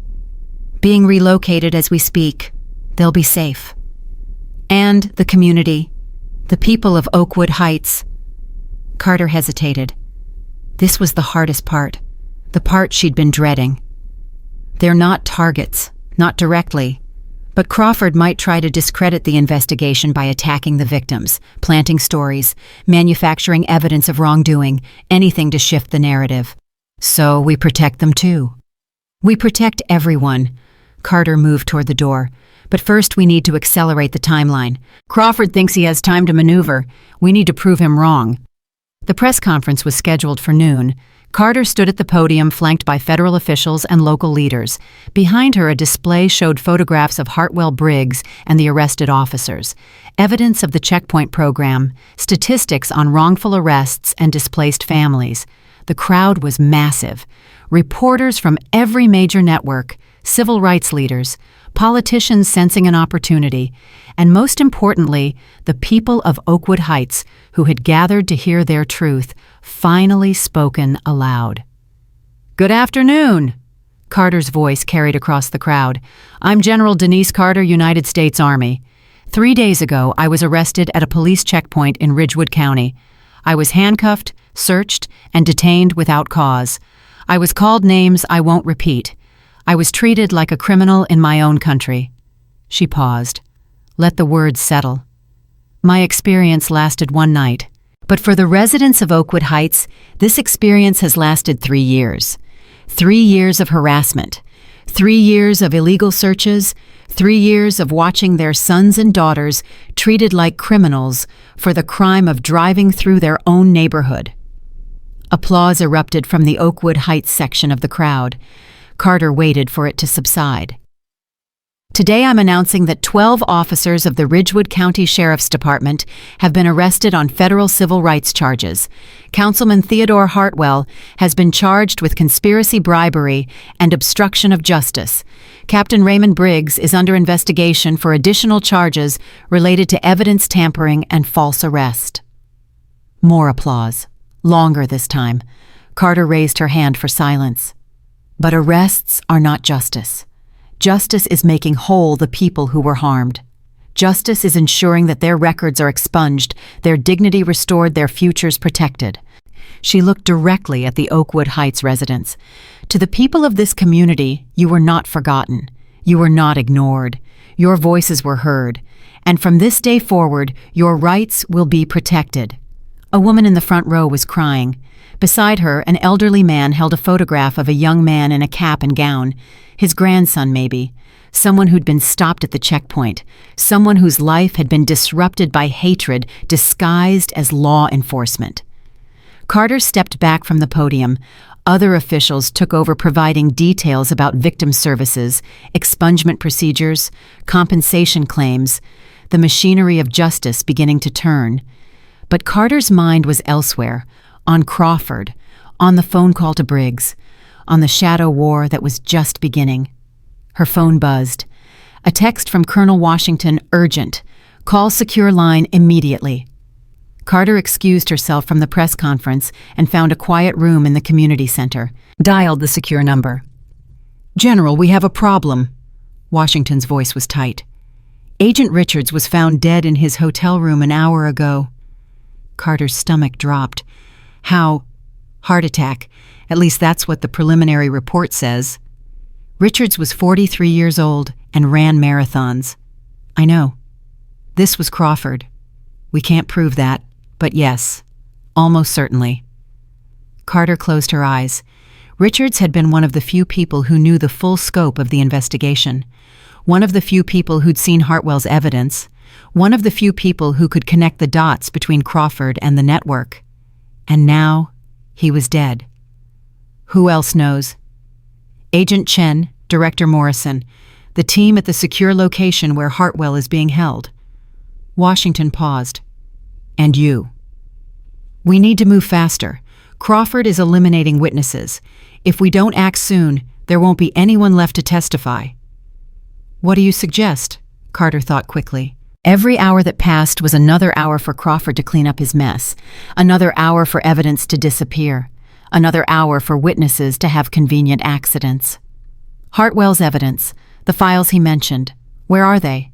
He hasn't disclosed the location yet. He's been using it as leverage for his immunity deal. Tell him the deal is off the table. He gives us the location now, or he faces every charge we can throw at him. General, if we push too hard, he might clam up entirely. If we don't push hard enough, he'll be dead by the end of the week.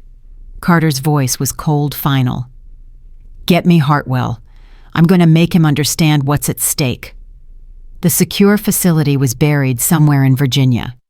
Carter arrived by helicopter escorted by 4 armed MPs who'd been handpicked by Colonel Washington. Trusted, vetted, loyal. Hartwell was waiting in a sterile interview room. He looked worse than the last time she'd seen him. Unshaven, pale, dark circles under his eyes. "General," his voice was hoarse, "I heard about Richards." "Then you understand why I'm here." "Crawford is cleaning house." "Yes." Hartwell laughed bitterly. I told you what he was capable of. You didn't believe me." "I believed you. I just underestimated how quickly he would move. He's been planning for this moment for 15 years. He has contingencies for his contingencies." Hartwell shook his head. "You can't beat him. Nobody can." "I'm not nobody." Carter sat across from him. "And you're going to help me." "Why would I do that?" "Because right now you're the next name on his list. After Richards, after Briggs, after everyone else who can hurt him." Carter leaned forward. "You have 2 choices. Give me the location of your evidence and help us take Crawford down, or wait here until one of his assets finds a way to kill you. How long do you think that will take? A week, a month? It doesn't matter how secure this facility is. Crawford has people everywhere." Hartwell's hands trembled. "If I give you the files, I have nothing left. No leverage, no protection." "Your protection is helping us win. That's the only protection that matters now." Hartwell stared at her. His eyes were haunted. The eyes of a man who'd sold his soul and was only now beginning to understand the cost. "There's a storage facility in Baltimore, Unit 247. The files are in a fireproof safe. Combination is 7-14-89, my daughter's birthday." Carter stood. "Thank you." "General." Hartwell's voice stopped her at the door. "When you find what's in those files, you'll understand why I did what I did, why I went along with all of it. Nothing in those files will justify what happened in Oakwood Heights. Maybe not, but you'll understand." His voice dropped to a whisper. "Crawford doesn't just buy people. He owns them, body and soul. And once you're his, there's no way out, except death." Carter left without responding. But his words stayed with her. Body and soul. No way out. She was about to find out exactly what that meant. The storage facility in Baltimore was nondescript. A maze of identical units stretching across several acres, security cameras at every corner, a bored attendant in a booth by the entrance. Carter arrived with a team of 6 agents. They moved quickly professionally. Found Unit 247. Cut the lock. Inside, exactly as Hartwell described, was a fireproof safe. Carter entered the combination. The door swung open. Files. Hundreds of them. Financial records, photographs, audio recordings, video evidence. A lifetime of corruption carefully documented and preserved. Carter pulled out the first folder, opened it, and stopped breathing. The photographs showed Senator Crawford at a private gathering. Around him, faces Carter recognized from television, from newspapers, from her own briefings at the Pentagon. Generals, admirals, cabinet secretaries, Supreme Court justices, all of them wearing symbols she recognized from classified intelligence reports. Symbols associated with white nationalist organizations, symbols that had been documented at hate rallies across the country. These weren't just corrupt politicians.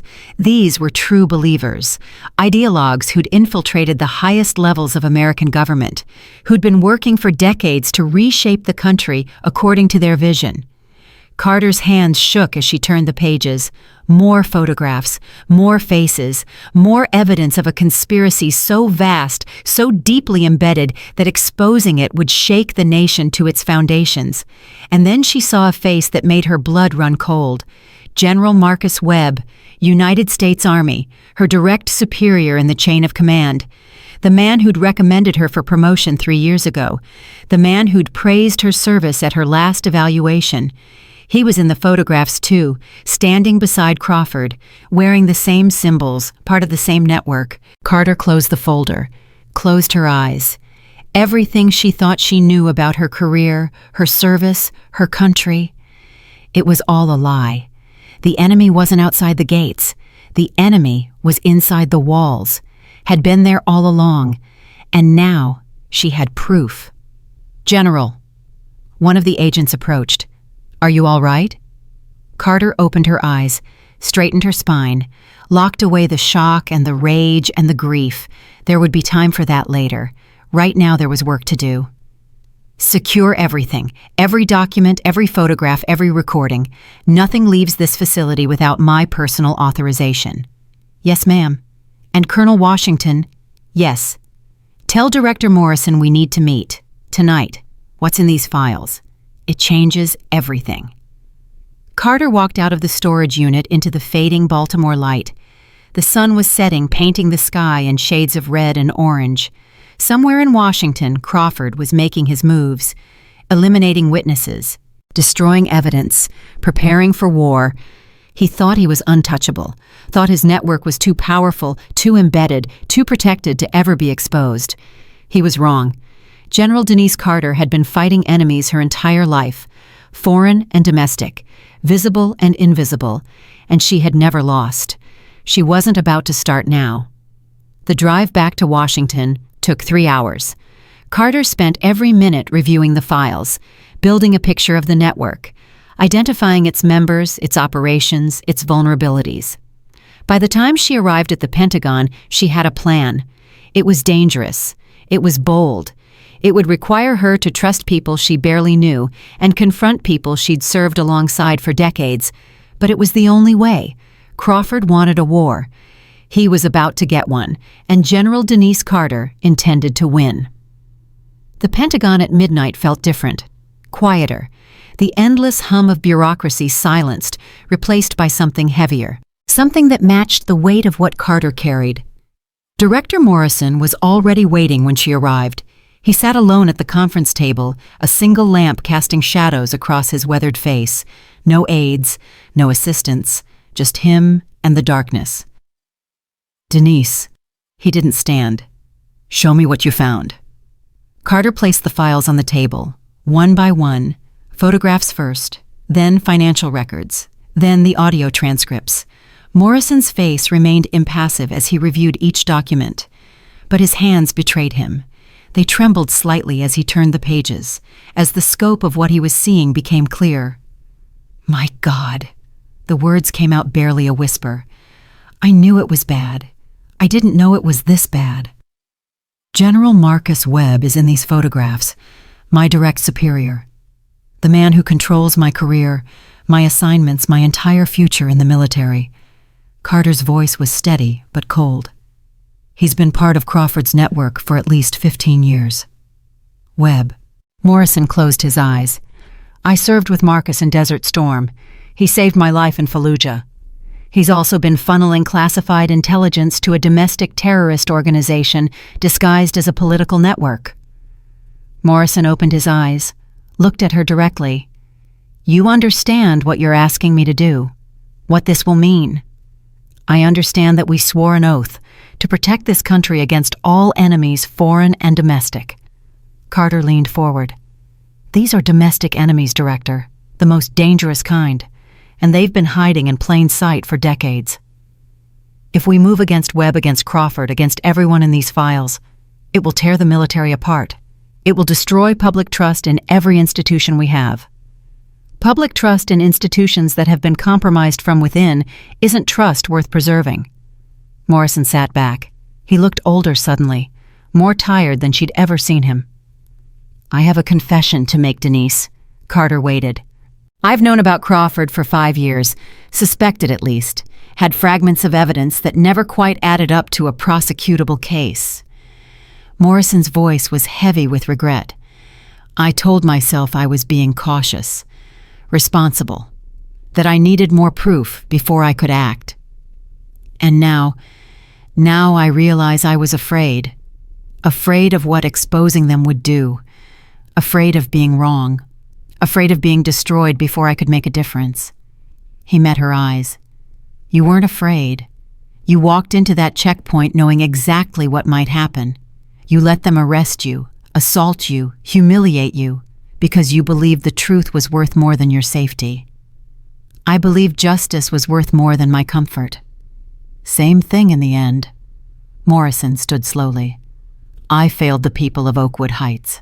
I failed everyone who's been hurt by this network while I sat here gathering evidence that I never had the courage to use. You can make it right now." "Can I?" Morrison walked to the window. Outside, Washington slept unaware of the storm about to break. "My name is in those files too, Denise." Carter's blood turned to ice. "What? Not as a member, never that. But as someone who knew, someone who looked the other way, someone who chose his career over his conscience." Morrison turned to face her. "Crawford approached me 8 years ago, offered me a place in the network. I refused, but I also didn't report it, didn't investigate, didn't do what I should have done." "Why are you telling me this?" "Because you need to know what you're walking into. The network doesn't just corrupt through membership, it corrupts through silence, through complicity, through the thousands of small compromises that good people make when they're too afraid to stand up." Morrison's voice cracked. "I made those compromises. I'm not proud of it, but I won't make them anymore." Carter studied him, the man she'd trusted, the man who'd championed her career, the man who was now confessing to a failure that could destroy everything he'd built. "What do you want to do about it? I want to help you take them down, all of them, even if it means taking myself down in the process." "That might be exactly what happens." "I know." Morrison straightened. Some of the weariness left his shoulders. "But I'd rather go down fighting than spend the rest of my life knowing I could have made a difference and didn't." Carter nodded slowly. This was the Morrison she'd believed in, the warrior underneath the bureaucrat, the man who'd earned his stars through courage, not compromise. "Then let's get to work." The next 48 hours were a blur of activity. Carter assembled a team, small, trusted, vetted 3 times over. Colonel Washington, Agent Chen, the only surviving member of Richard's original team. Detective Foster, pulled from Ridgewood County and given emergency federal credentials. They worked in a secure facility outside Washington. No phones, no computers connected to government networks, nothing that Crawford's people could monitor or infiltrate. The evidence from Hartwell's files was organized, cataloged, verified. Names matched to faces, financial transactions traced to their sources. A picture of the network emerged more complete and more terrifying than Carter had imagined. There are 47 confirmed members in positions of significant power, Washington reported on the second day. Military, judicial, legislative, executive. They've infiltrated every branch of government. "How is that possible?" Foster asked. His face was gray with exhaustion and shock. "How did nobody notice?" "They noticed." Carter pulled up a file. 17 separate investigations have been launched into members of this network over the past 20 years. All of them were closed without action. Evidence lost. Witnesses discredited. Investigators reassigned. Crawford's people were protecting their own. Exactly. The network doesn't just place members in positions of power. It places them in positions that can protect the network. Internal affairs, inspector general offices, congressional oversight committees. Carter shook her head. "It's brilliant in a sick way. They built a system that investigates itself." Chen spoke up. "So how do we break it? If they control the investigations, how do we investigate them?" "We go outside the system." Carter activated a new display. "These are the members we've identified who aren't in protective positions. Judges who can be impeached, legislators who can be voted out, military officers who can be court-martialed. We start there. Build momentum, create enough chaos that the protectors can't protect everyone." "That could take years," Foster objected. "We don't have years. Crawford is already moving. We need to accelerate." "How?" Carter pulled up another file. This one contained a single photograph. Governor Marcus Webb of Ohio. The presidential primary is in 6 weeks. If Webb wins, if he becomes the nominee, the network will have achieved its ultimate goal. A true believer in the White House. Someone who can reshape policy, appoint judges, command the military according to their ideology. So we take down Webb before the primary. We expose him. Everything Hartwell told us, the payments, the coordination, the connection to Crawford and the network. Carter's jaw tightened. We make it impossible for him to win. That's going to look political, Chen warned. A military general accusing a presidential candidate of corruption 6 weeks before the primary, Crawford will spin it as an attack on democracy itself. Let him spin. The evidence speaks for itself. Does it? Washington leaned forward. General, we have Hartwell's testimony and his files. That's it. Hartwell is a confessed corrupt official facing federal charges. His credibility is compromised. Crawford's lawyers will tear him apart. Then we need more than Hartwell, who Carter thought about the photographs she'd seen. The faces around Crawford at that private gathering, generals, admirals, cabinet secretaries. One face stood out, someone she knew, someone she'd served alongside for 15 years, someone who'd been her mentor before Marcus Webb took over. General Patricia Hayes, she said quietly. She's in the photographs, but she retired 3 years ago. She's not in a position of power anymore. You think she might flip? I think she might have been waiting for someone to ask. Finding Patricia Hayes took 2 days. She'd retreated to a ranch in Montana after her retirement. No phone, no internet, no contact with her former life. The neighbors said she never came into town, never talked to anyone, just lived alone with her horses and her regrets. Carter flew to Montana alone. Washington argued against it. Too dangerous, he said, too exposed. But Carter understood something the others didn't. Hayes wouldn't talk to a team of federal agents. She would only talk to someone she trusted, someone who understood what she'd been through, someone who'd been through it herself. The ranch was remote, miles from the nearest road. Carter drove a rental car up a dirt track, dust billowing behind her, until she reached a simple wooden gate. Hayes was waiting on the porch. She'd aged since Carter had last seen her. The once sharp features had softened. The military posture had relaxed. But her eyes were the same, alert, watchful. The eyes of a warrior who'd seen too much. Denise Carter. Hayes's voice was rough from disuse. I wondered when you'd come. You knew I was coming. I knew someone would eventually. Hoped it would be you. Hayes gestured to a chair beside her. Sit. We have a lot to discuss. Carter sat. For a long moment, neither woman spoke. The silence stretched between them like a bridge neither wanted to cross. Hayes broke it first.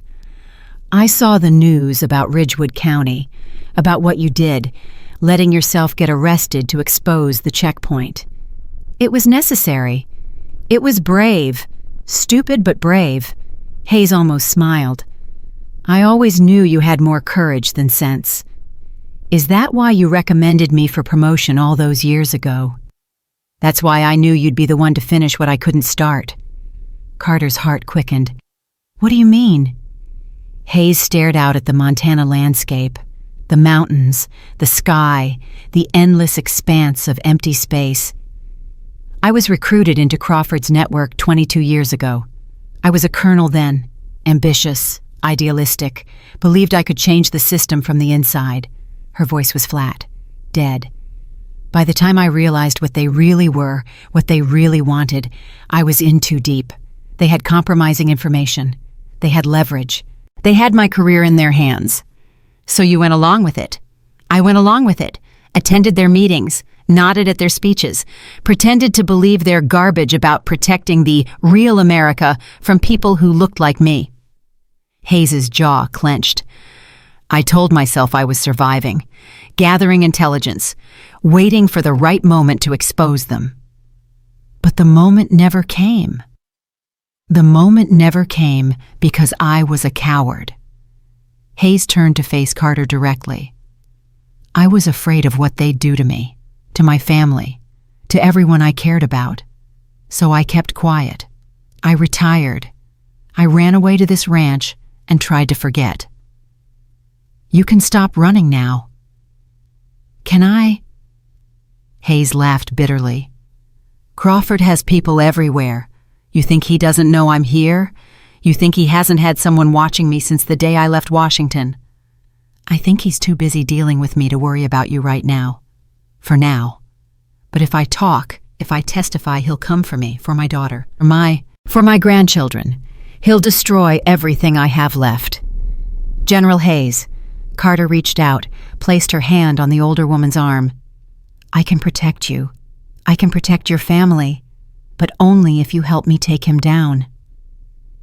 Hayes looked at Carter's hand, at the sincerity in her eyes, at the determination that had driven her to fly across the country on a desperate hope. "I have recordings," Hayes said quietly. "From the meetings, from private conversations with Crawford and his inner circle. I've been saving them for 20 years, waiting for someone brave enough to use them." Carter's heart nearly stopped. Recordings. Audio and video, hundreds of hours. Crawford talking about the network's goals, planning operations, discussing specific members and their assignments. Hayes's voice dropped to a whisper. "Including the conversation where he ordered the deaths of 3 federal judges who were asking too many questions. Murder." Among other things, Hayes stood slowly. "Come inside. I'll show you what I have." The recordings were everything Carter had hoped for and more. Hayes had been methodical, careful, years of intelligence training put to use documenting the network's activities from the inside. Meetings recorded through hidden devices, conversations captured through carefully positioned microphones, a treasure trove of evidence that no amount of legal maneuvering could dismiss. "This is enough to bring down Crawford," Carter breathed as she reviewed the files. "Enough to expose the entire network." "It's enough to start a war," Hayes corrected. "Crawford won't go quietly. When he realizes what we have, he'll burn everything to the ground rather than let himself be captured. Then we move fast, before he has a chance to react." "How fast?" Carter checked her watch. "The congressional hearing on the Ridgewood checkpoint investigation is scheduled for next week. Originally, I was just going to testify about local corruption. But if I can get these recordings authenticated and submitted into evidence, you'll blow the whole thing open on national television." "Exactly." Hayes was quiet for a long moment. Then she nodded. "I'll testify with you, in person, face to face with Crawford and his creatures." Her voice hardened. "I've been hiding long enough. It's time to fight." Carter flew back to Washington with Hayes's recordings secured in a digital vault, accessible only through biometric authentication. The flight took 4 hours. She spent every minute reviewing the evidence, building a timeline, identifying the most damaging revelations. When she landed, Colonel Washington was waiting on the tarmac. His face was grim.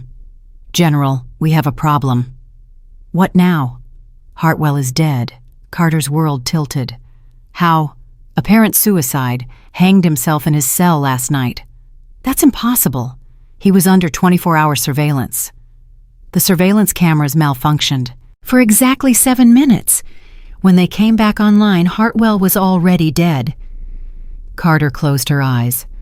Hartwell, the man who'd started all of this, the corrupt politician who'd been willing to burn his entire network to save himself, dead by Crawford's hand disguised as another convenient suicide.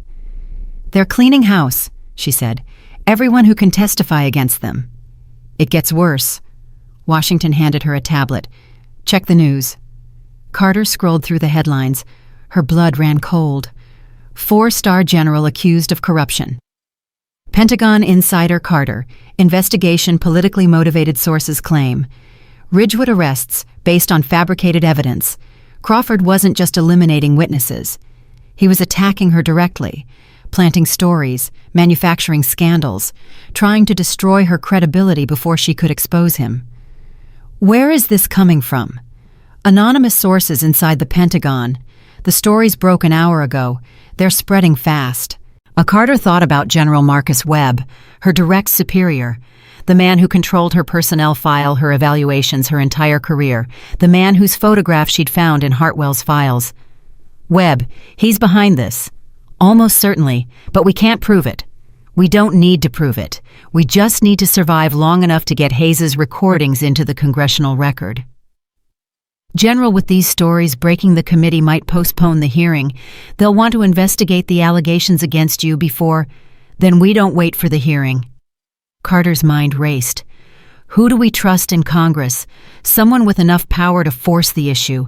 Someone who isn't compromised. Washington thought for a moment. Senator Angela Washington. No relation. She's been critical of Crawford for years.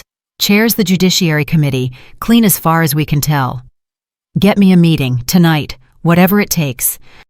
Senator Angela Washington agreed to meet at a secure location outside the city. She arrived alone as Carter had requested. No aides, no staff, just two women with the weight of a nation on their shoulders. General Carter, the senator's handshake was firm. I've been following your situation. The story's breaking today. They have Crawford's fingerprints all over them. You're not surprised. I've been fighting Crawford for 15 years. I know his tactics. Washington sat across from Carter at a small table.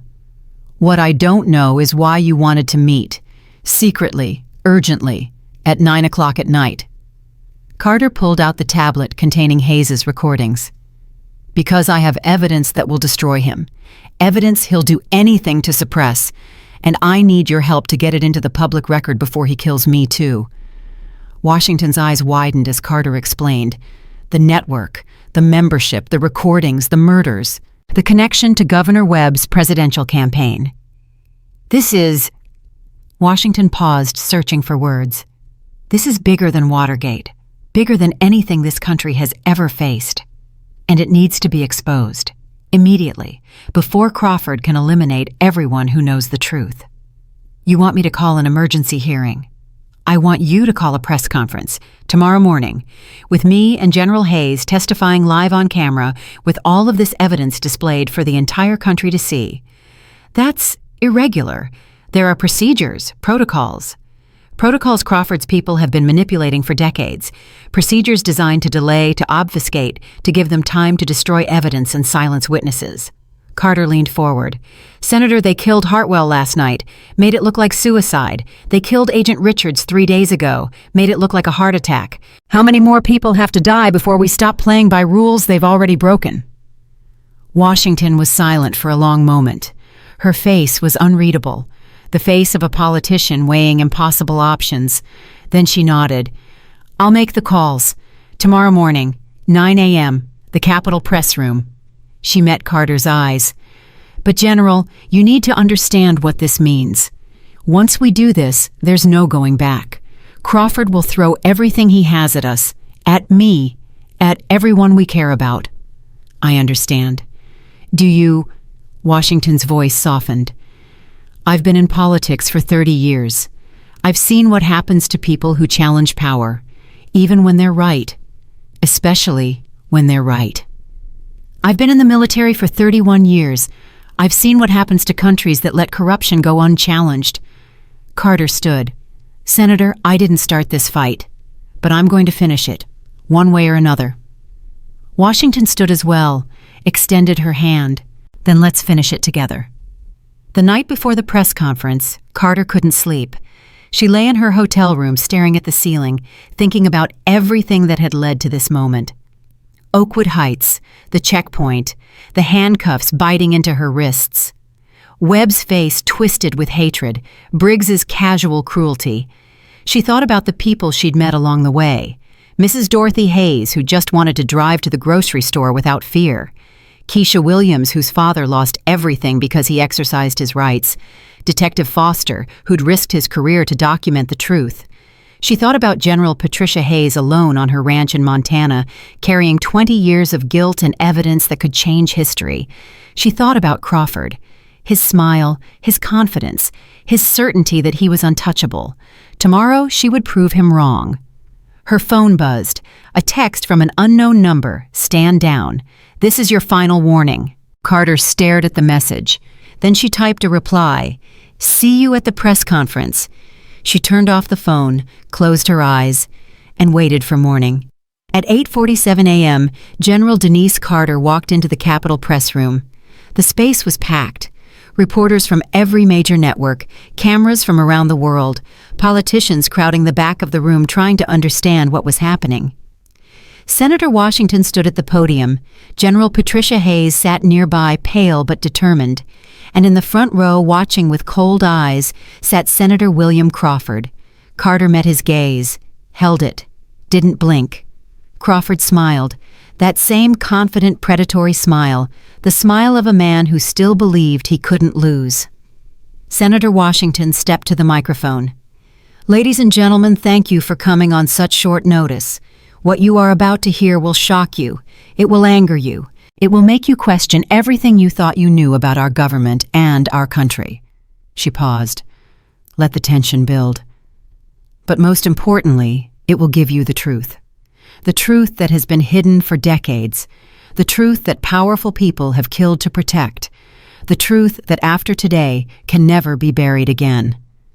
Washington turned to Carter. "General Carter, the floor is yours." Carter stood, walked to the podium, looked out at the sea of faces, and began to speak. "3 weeks ago, I was arrested at a police checkpoint in Ridgewood County, Georgia. I was handcuffed, searched, and detained without cause. I was treated like a criminal because of the color of my skin and the neighborhood where I grew up." She paused. Let the words settle. "That experience led me to uncover something far more disturbing than local corruption. Something that reaches into the highest levels of our government. Something that threatens the very foundations of American democracy." Carter activated the display behind her. Photographs appeared, names, dates, connections. "What you're looking at is evidence of a coordinated conspiracy spanning decades. A network of individuals in positions of power who have systematically undermined civil rights, suppressed minority communities, and manipulated elections to achieve their ideological goals." In the front row, Crawford's smile faltered. Just slightly, just for a moment. But Carter saw it, and she knew. She had him. "Let me be clear about what I'm saying. This is not speculation. This is not political accusation. This is documented, verified, incontrovertible evidence of crimes against the American people. Crimes committed by people who swore to protect them. Crimes that after today will no longer go unpunished." She turned to face Crawford directly. "Senator Crawford, would you like to respond?" The room fell silent. Every camera swung toward Crawford. Every eye watched for his reaction. For a long moment, Crawford didn't move, didn't speak. His face was a mask of controlled fury.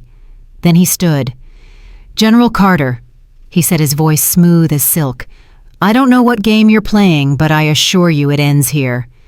It's not a game, Senator. It's justice. It's a witch hunt, fabricated evidence from a desperate woman trying to save her failing career. Then explain these recordings."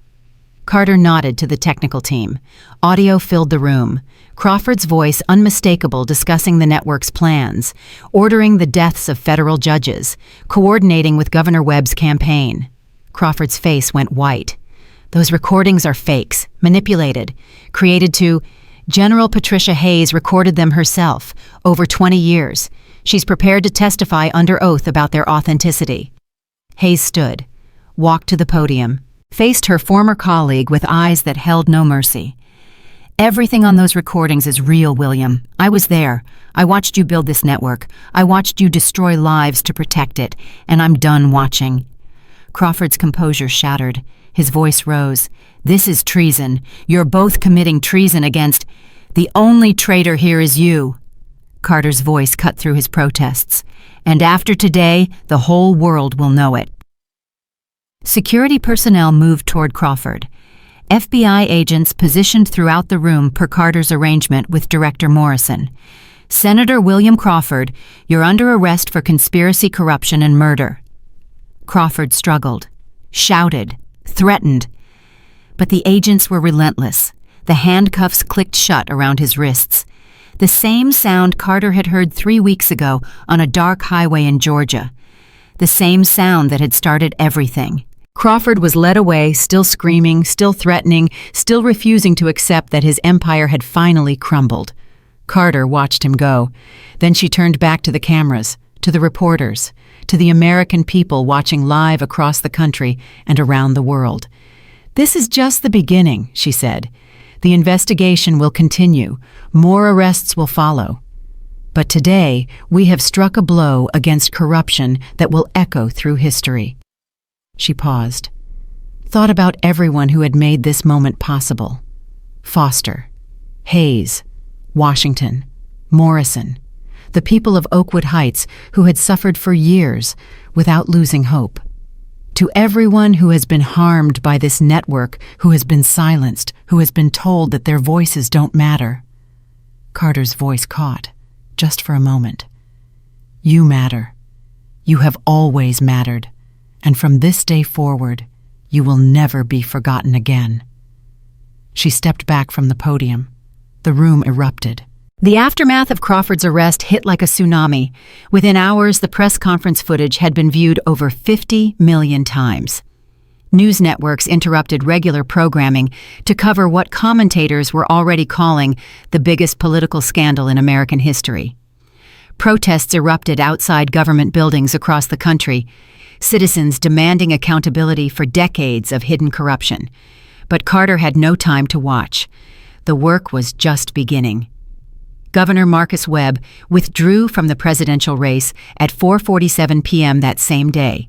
His statement was brief, lawyered, filled with denials that convinced no one. By sunset, FBI agents had arrived at his mansion in Ohio with warrants for his arrest. General Marcus Webb Carter's direct superior was detained at the Pentagon 3 hours after Crawford. He went quietly, his face gray with the realization that his carefully constructed life was over. 27 years of service, medals, commendations, all of it erased by a single set of handcuffs. Carter watched them lead him away. The man who'd signed her promotions, the man who'd praised her service, the man who'd been plotting against everything she believed in while smiling to her face.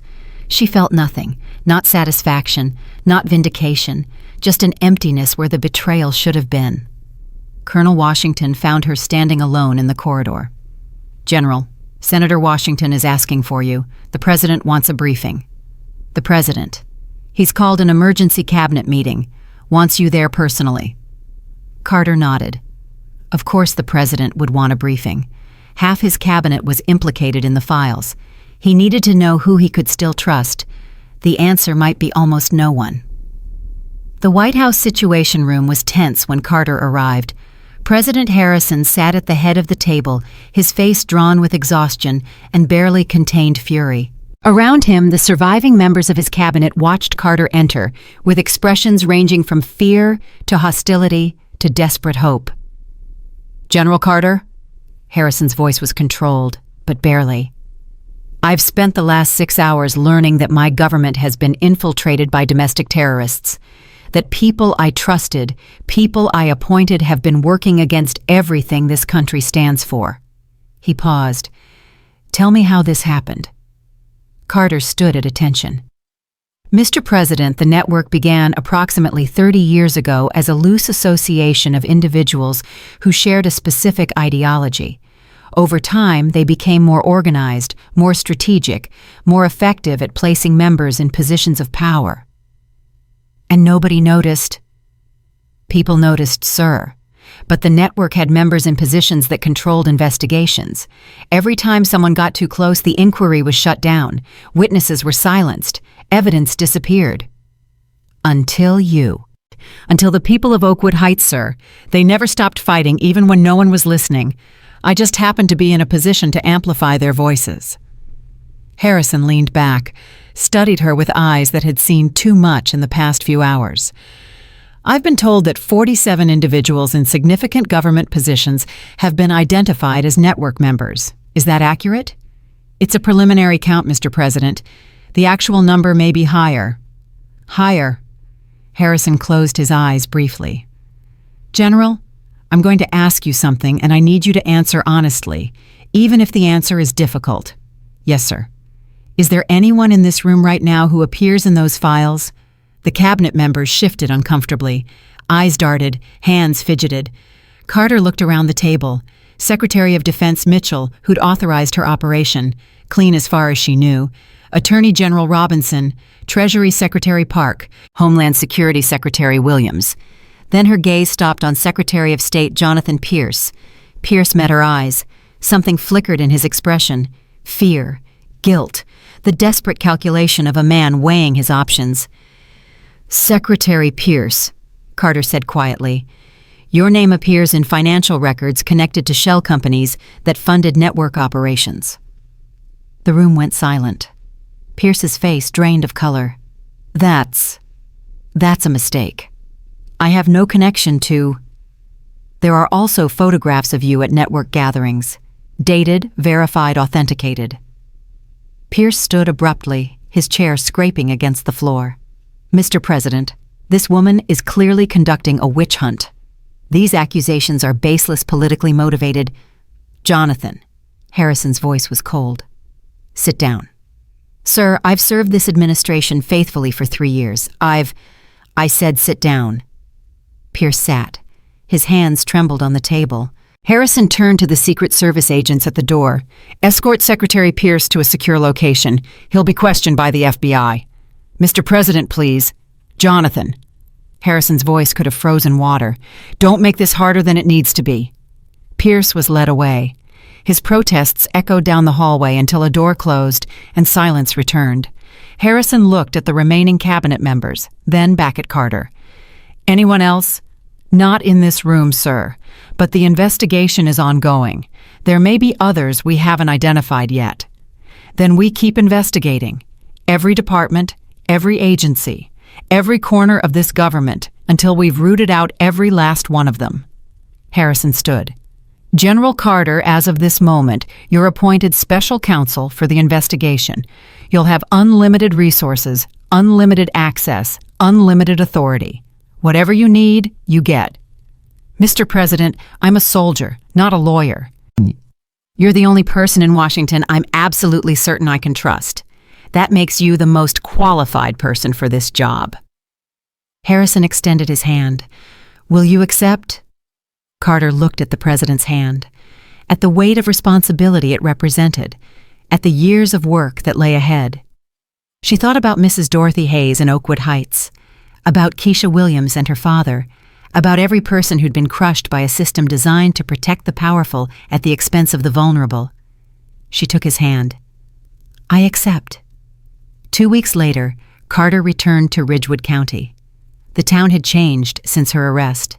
The sheriff's station was under new management. The checkpoint locations had been turned into community gardens. Signs of hope were everywhere, mixed with the lingering scars of years of oppression. Detective Foster met her at the community center. He looked different too, taller somehow, prouder. The weight of secrecy lifted from his shoulders. "General, welcome back." "Agent Foster." Carter smiled slightly. His FBI credentials had come through the previous week. "How's the transition going?" "Challenging, but good." Foster fell into step beside her as they walked toward the main hall. "The community is healing, slowly. A lot of trauma to work through.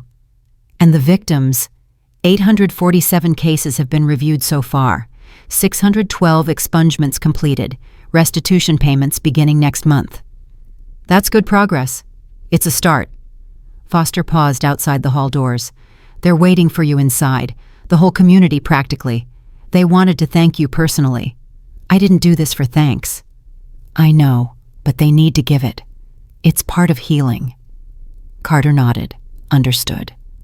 The people of Oakwood Heights had spent years being told their voices didn't matter. Expressing gratitude, having that gratitude acknowledged, was a way of reclaiming their power. She pushed open the doors. The hall was packed. Hundreds of faces turned toward her, old and young, families and individuals, people who'd suffered under the checkpoint program and people who'd fought against it. At the front of the crowd, Mrs. Dorothy Hayes stood with her grandson, the boy Carter had heard about, the 15-year-old violinist who'd been forced to kneel on the pavement while officers searched his car. He was 16 now, holding a violin case, watching her with eyes that held no fear. "General Carter," Mrs. Hayes's voice carried across the silent room, "would you come up here, please?" Carter walked through the crowd. People reached out to touch her arm, her hand, her shoulder, whispered thanks, wiped tears, connected with her in ways that transcended words. When she reached Mrs. Hayes, the elderly woman took both her hands. "3 weeks ago, you let yourself be arrested on our streets. You let them put handcuffs on your wrists and bruises on your skin. You let them treat you the way they've been treating us for years." Mrs. Hayes's voice shook with emotion. "You didn't have to do that. You could have shown your badge, your rank, your power. You could have made them back down instantly, but you didn't."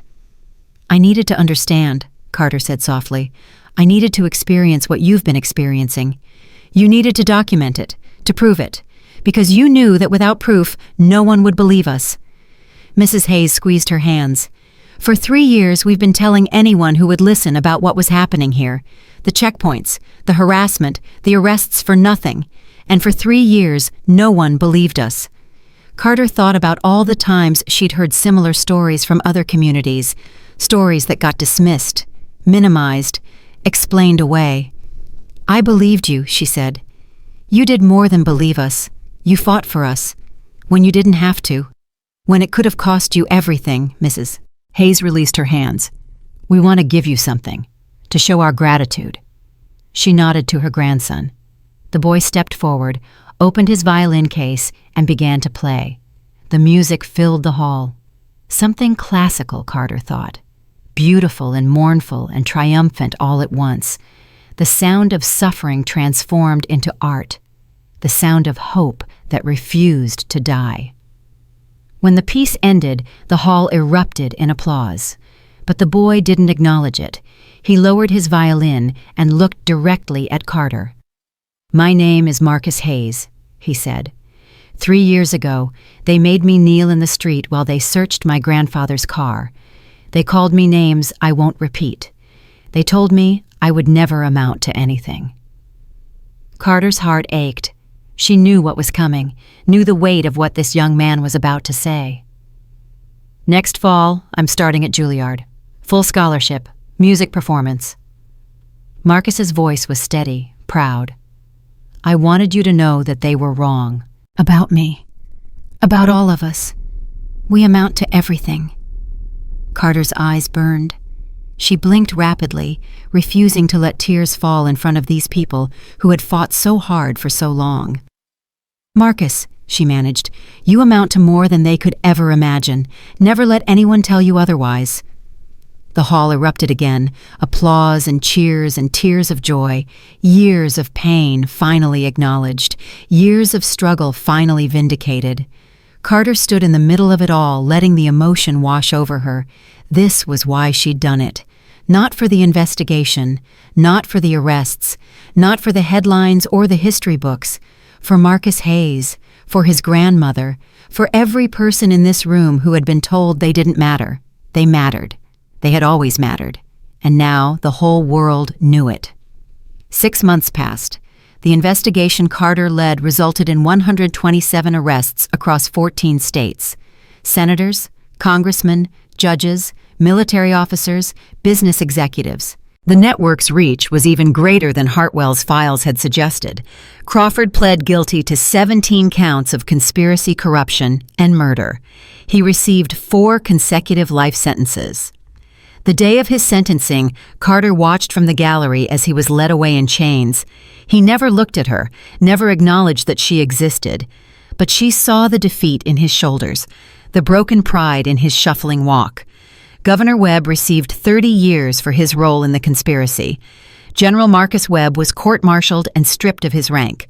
Secretary Pierce cooperated with investigators and received a reduced sentence in exchange for testimony that brought down a dozen more network members.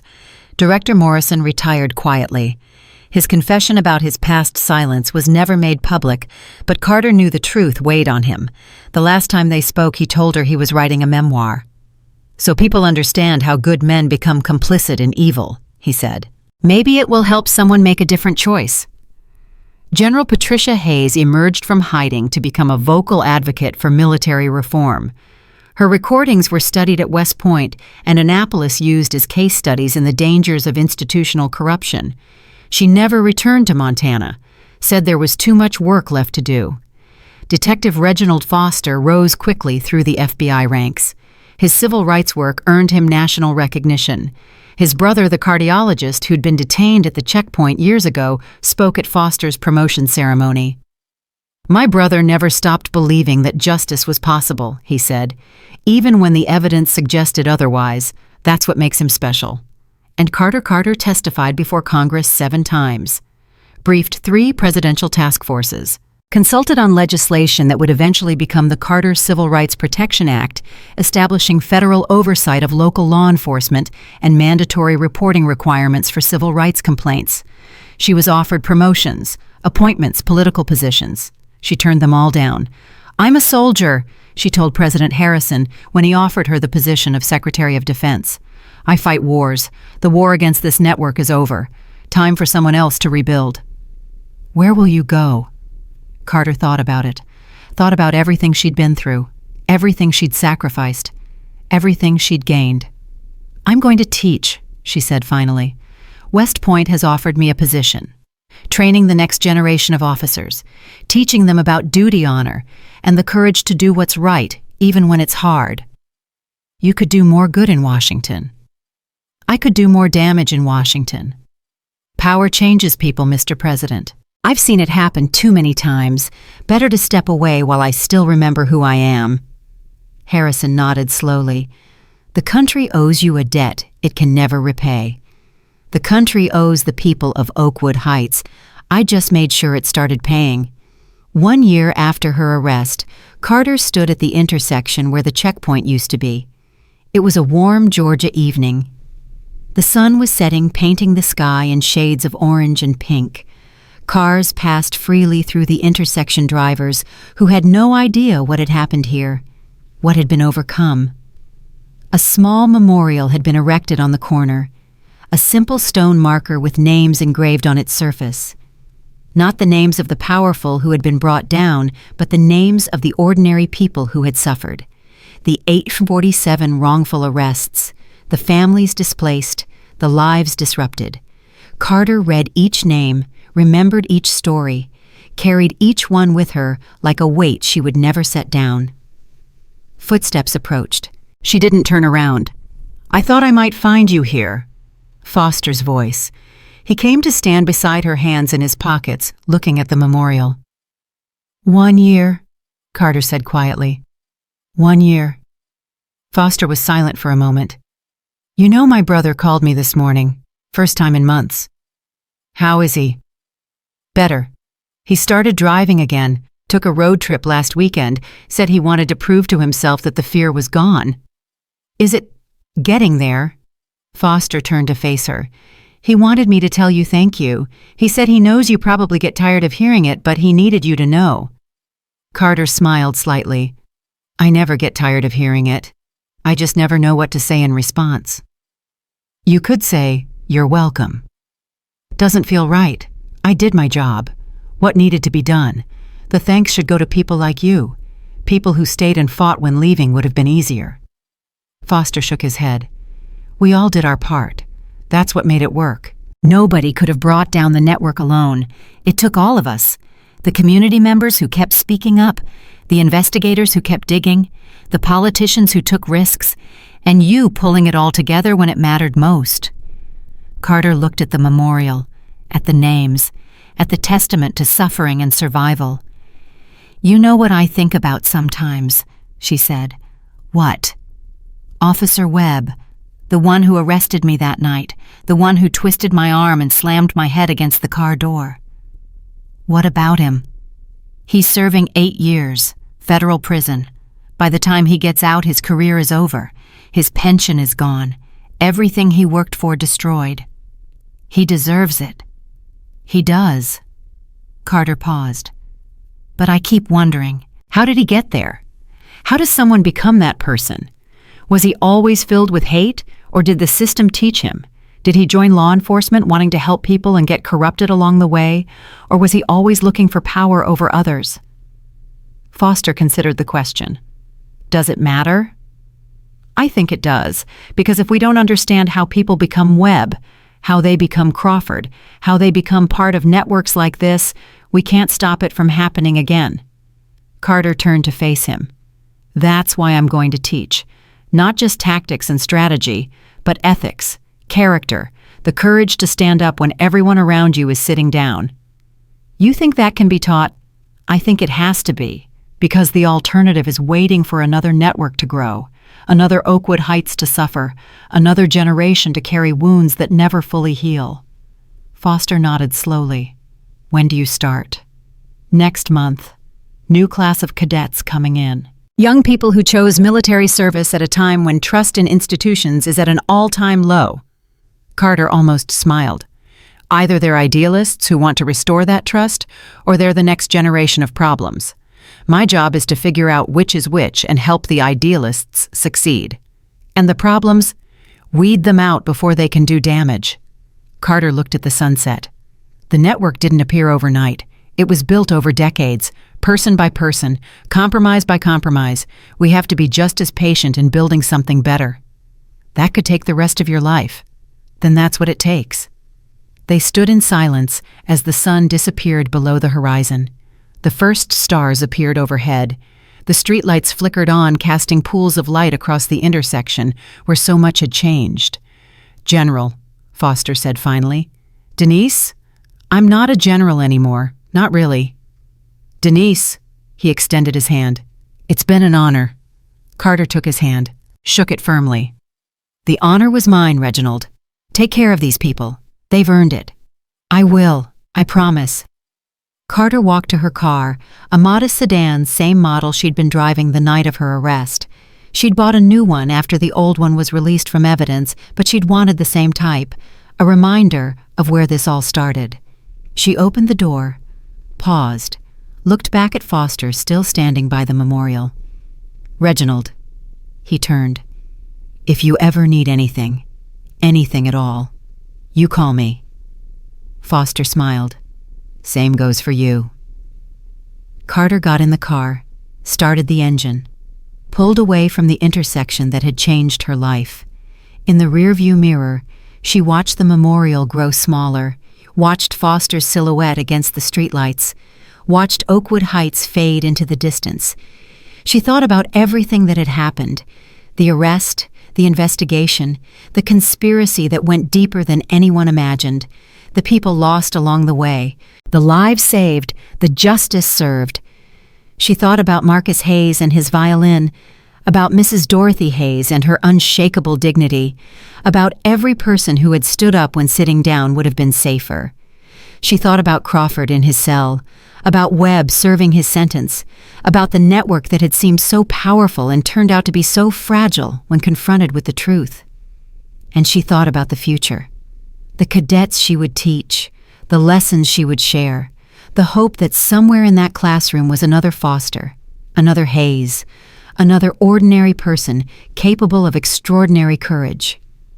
The road stretched ahead, dark and uncertain. But Carter wasn't afraid. She'd faced worse, she'd survived worse, she'd overcome worse, and she'd learned something important along the way.